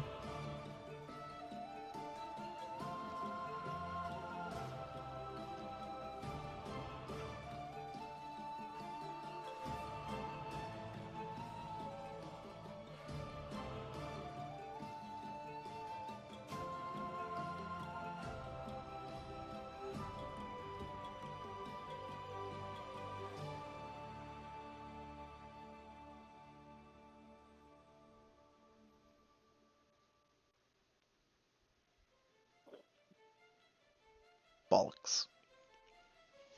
Well, when she takes off her outfit, she is a very beautiful looking drow woman with very soft features, and she's wearing a simple traveling merchant's cloak that looks similar to a mage's outfit, a wizard or something similar.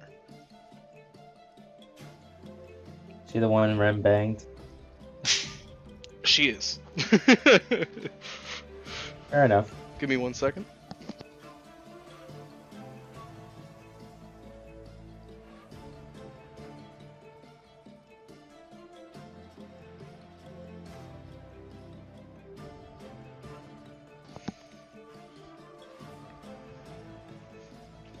But alrighty.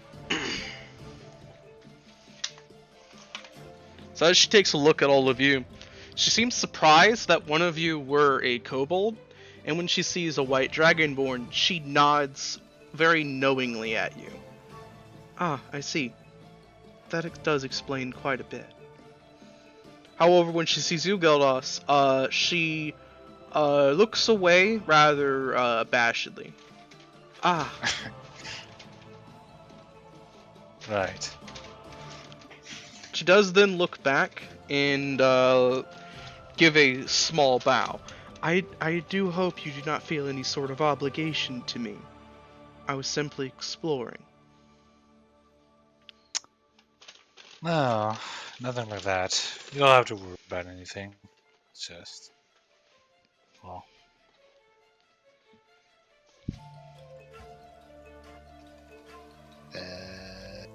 brain not working. I mean, it is late for you. So yeah, there's Yeah, also a it's beautiful woman standing in front of him. especially like I actually been playing with the headache. Like I thought, yeah, it would pass, but no. It's like, Damn, sorry to hear that. But no. it's fine. I've been enjoying the session, so that. Well, I'll say wait not for you giving me the card. We're gonna be there discussing what we're about to do. So, really, You can tell somebody by how they are in private. I would know a lot about that, honestly. I've been close to a fair amount of people in my life. Just too bad I can't do that anymore. She nods and chooses not to ask further questions about it. No, it's fine. But still, I do apologize if you felt some sort of let on. No. That, I suppose reintroduction would be in order now. She nods. Indeed. I believe I shall go first then. She bows very politely and elegantly, lifting the hems of her dress a bit as she does so. Lady Eleanor Chrysanthemum. Gildas. He taps his own full name, oh boy. Come on. You're meeting a lady. This. I mean, it's the thing. That's true. He's not being a dick. He's just like, no, you're actually meeting a lady. You have to. There are things that have to be done, sir. Yeah, but you see, But you don't know. I know. the problem is, my last name is, well, I can't have my last name because of the circumstances. So, right, but actually, you know what? For once, I'm gonna introduce you with the full name. Like, this is Bub. This is Dalan Ancelus Guillaume II. Proud white dragonborn.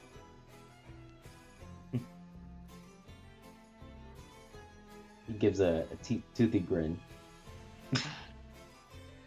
Perhaps in nods. another life, though perhaps in another life he would have been a silver dragon.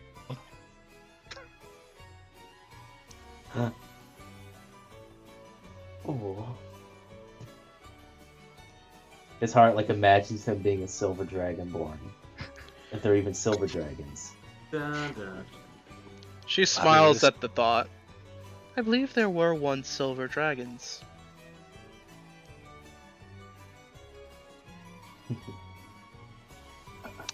In any case, blushing a bit, we're here to discuss business and a plan of sorts. The last thing we want is for you to walk out of here smuggling yourself. It's fine enough that you've changed your appearance, and hopefully it is only temporary. But you need, but leaving here in that state would do more harm than good. The manner I'm proposing, well, we're proposing, would be much more easier, and it would have the king's blessing. So she gives you a curious look as you mention that hopefully temporary. It's a weirdly wry smile. Oh, do you not find this appearance pleasant? Hmm? Why would that bother me? He says as if tilting like he's a fucking dragonborn. And he gives almost a right point. You think I was always a dragonborn? Oh no, I know the process that is taken. Merely, I quite like dabbling in my drowish heritage. Whatever befits my lady is for her instance. I was only regaling that if anything had been taken from you in that process. Nothing more. Your appearance is something you take pride in. They take pride in it all the same. I meant no disrespect. She nods. You are fine. I was not offended at all. However, I see you have also tried to read up on the process of my potions. If you worry about the side effect, have no fear. The potion I took merely made it where, well, how to say it, I am a bit more top-heavy than I once was. It has affected my balance and nimbleness, but nothing else. And should you be back to your original race, it would just reassume itself. He says more in like a statement, like a question, not in just like a curiosity venture. She nods. Precisely. Like he has no knowledge of arcana. Like I don't assuming. She just gives you a very earnest smile. Gildas knows these things. She just gives you a very earnest smile. Precisely. I have found that in this form I am a bit more, a bit more curvaceous than I had once been. There seems to be like a bit of relief on his face, just the fact that you're just okay. It oddly would warm someone's heart to see it. Your concern that was is just his welcome, however. Yes, of course. Forgive me. Gildus, you understand what I'm off what we plan to do, correct? More or less. Think. It's very. I mean, it's quite simple. We were requested by the king to make sure you weren't kidnapped and that you were fine. Right. You are who you are. You show up. The reason I even mentioned it was just because he would recognize your original appearance. Nothing more, nothing less. You approach, he sees that you're fine and dandy, and then you say, and then you say you've hired us as your entourage to lead the city. You get his permission. Should he strain or find issue with it, I would ask him humbly, as part of our reward for completing it, that Our Lady is taken from the city in a pentolid. Therefore, her appearance could be obscured, and we could leave safely without causing any further incident in the noble department. To and fro.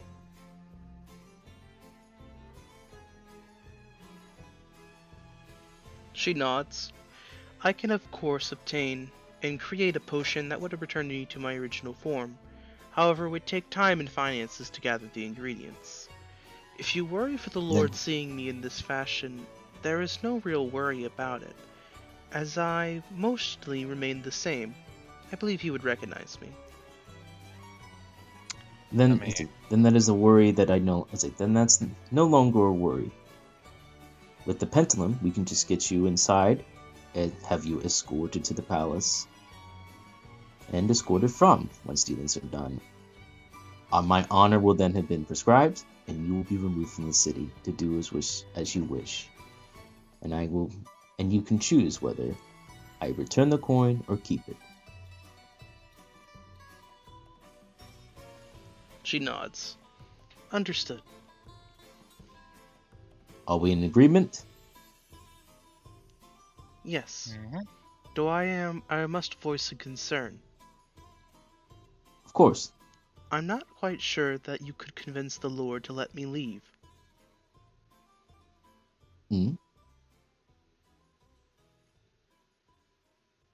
How so? The issue is that he would desire stability. While he will approve of the ambition that I am seeking, the real issue is that it has no form of stability.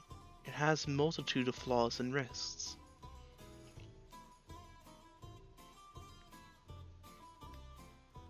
You forget, my lady. You're being escorted by a white dragonborn. And that a covers cleric. some weight. And a cleric. And a druid. That is no small feat. Give us our due credit. Alone, you could only do so much. But together, he might see reason.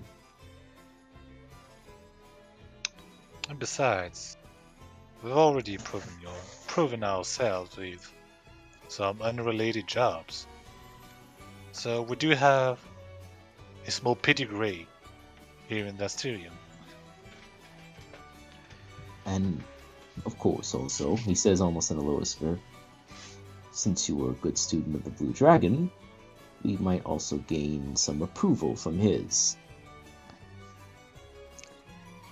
The Lord, the King of Styrium seems to respect the Blue Dragon quite a lot.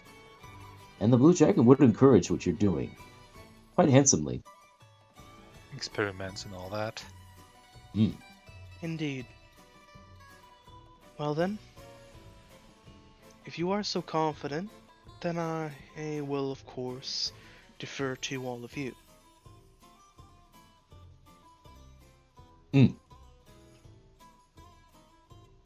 It's night right now, right?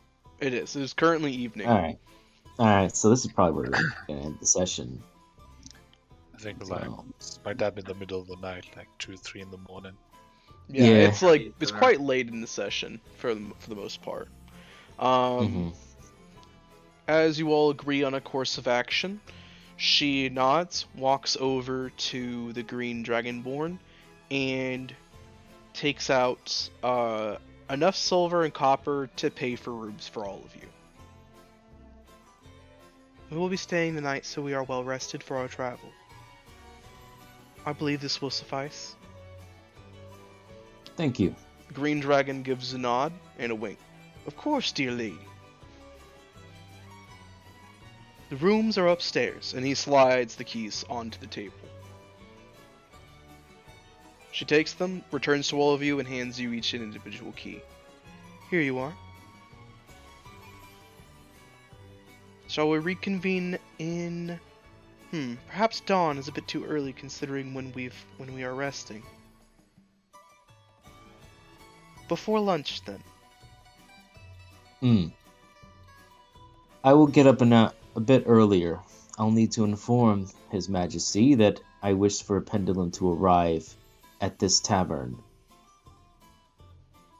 That way your features can be obscured, and it will enable him that our quest has been completed. Then I will make myself ready around lunchtime, which will give you plenty of time to make the arrangements. Thank you. She shakes her head at you. No, thank you. And makes her way up the stairs, heading into her room. There's a brief moment he's going to lean over to Gildas and just go, that is quite the coincidence.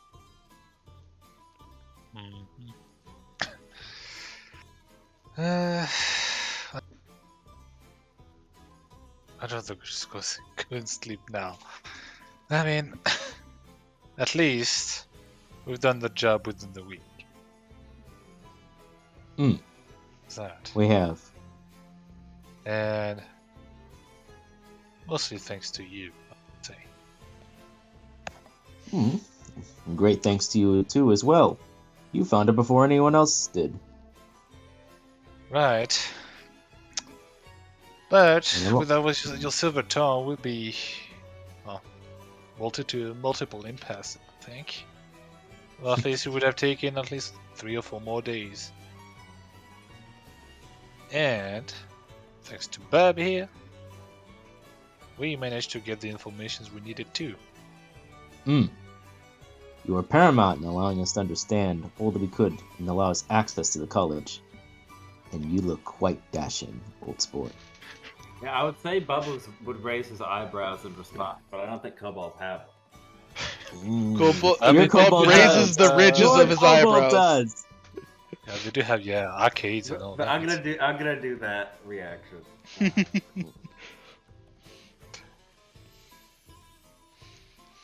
Alrighty.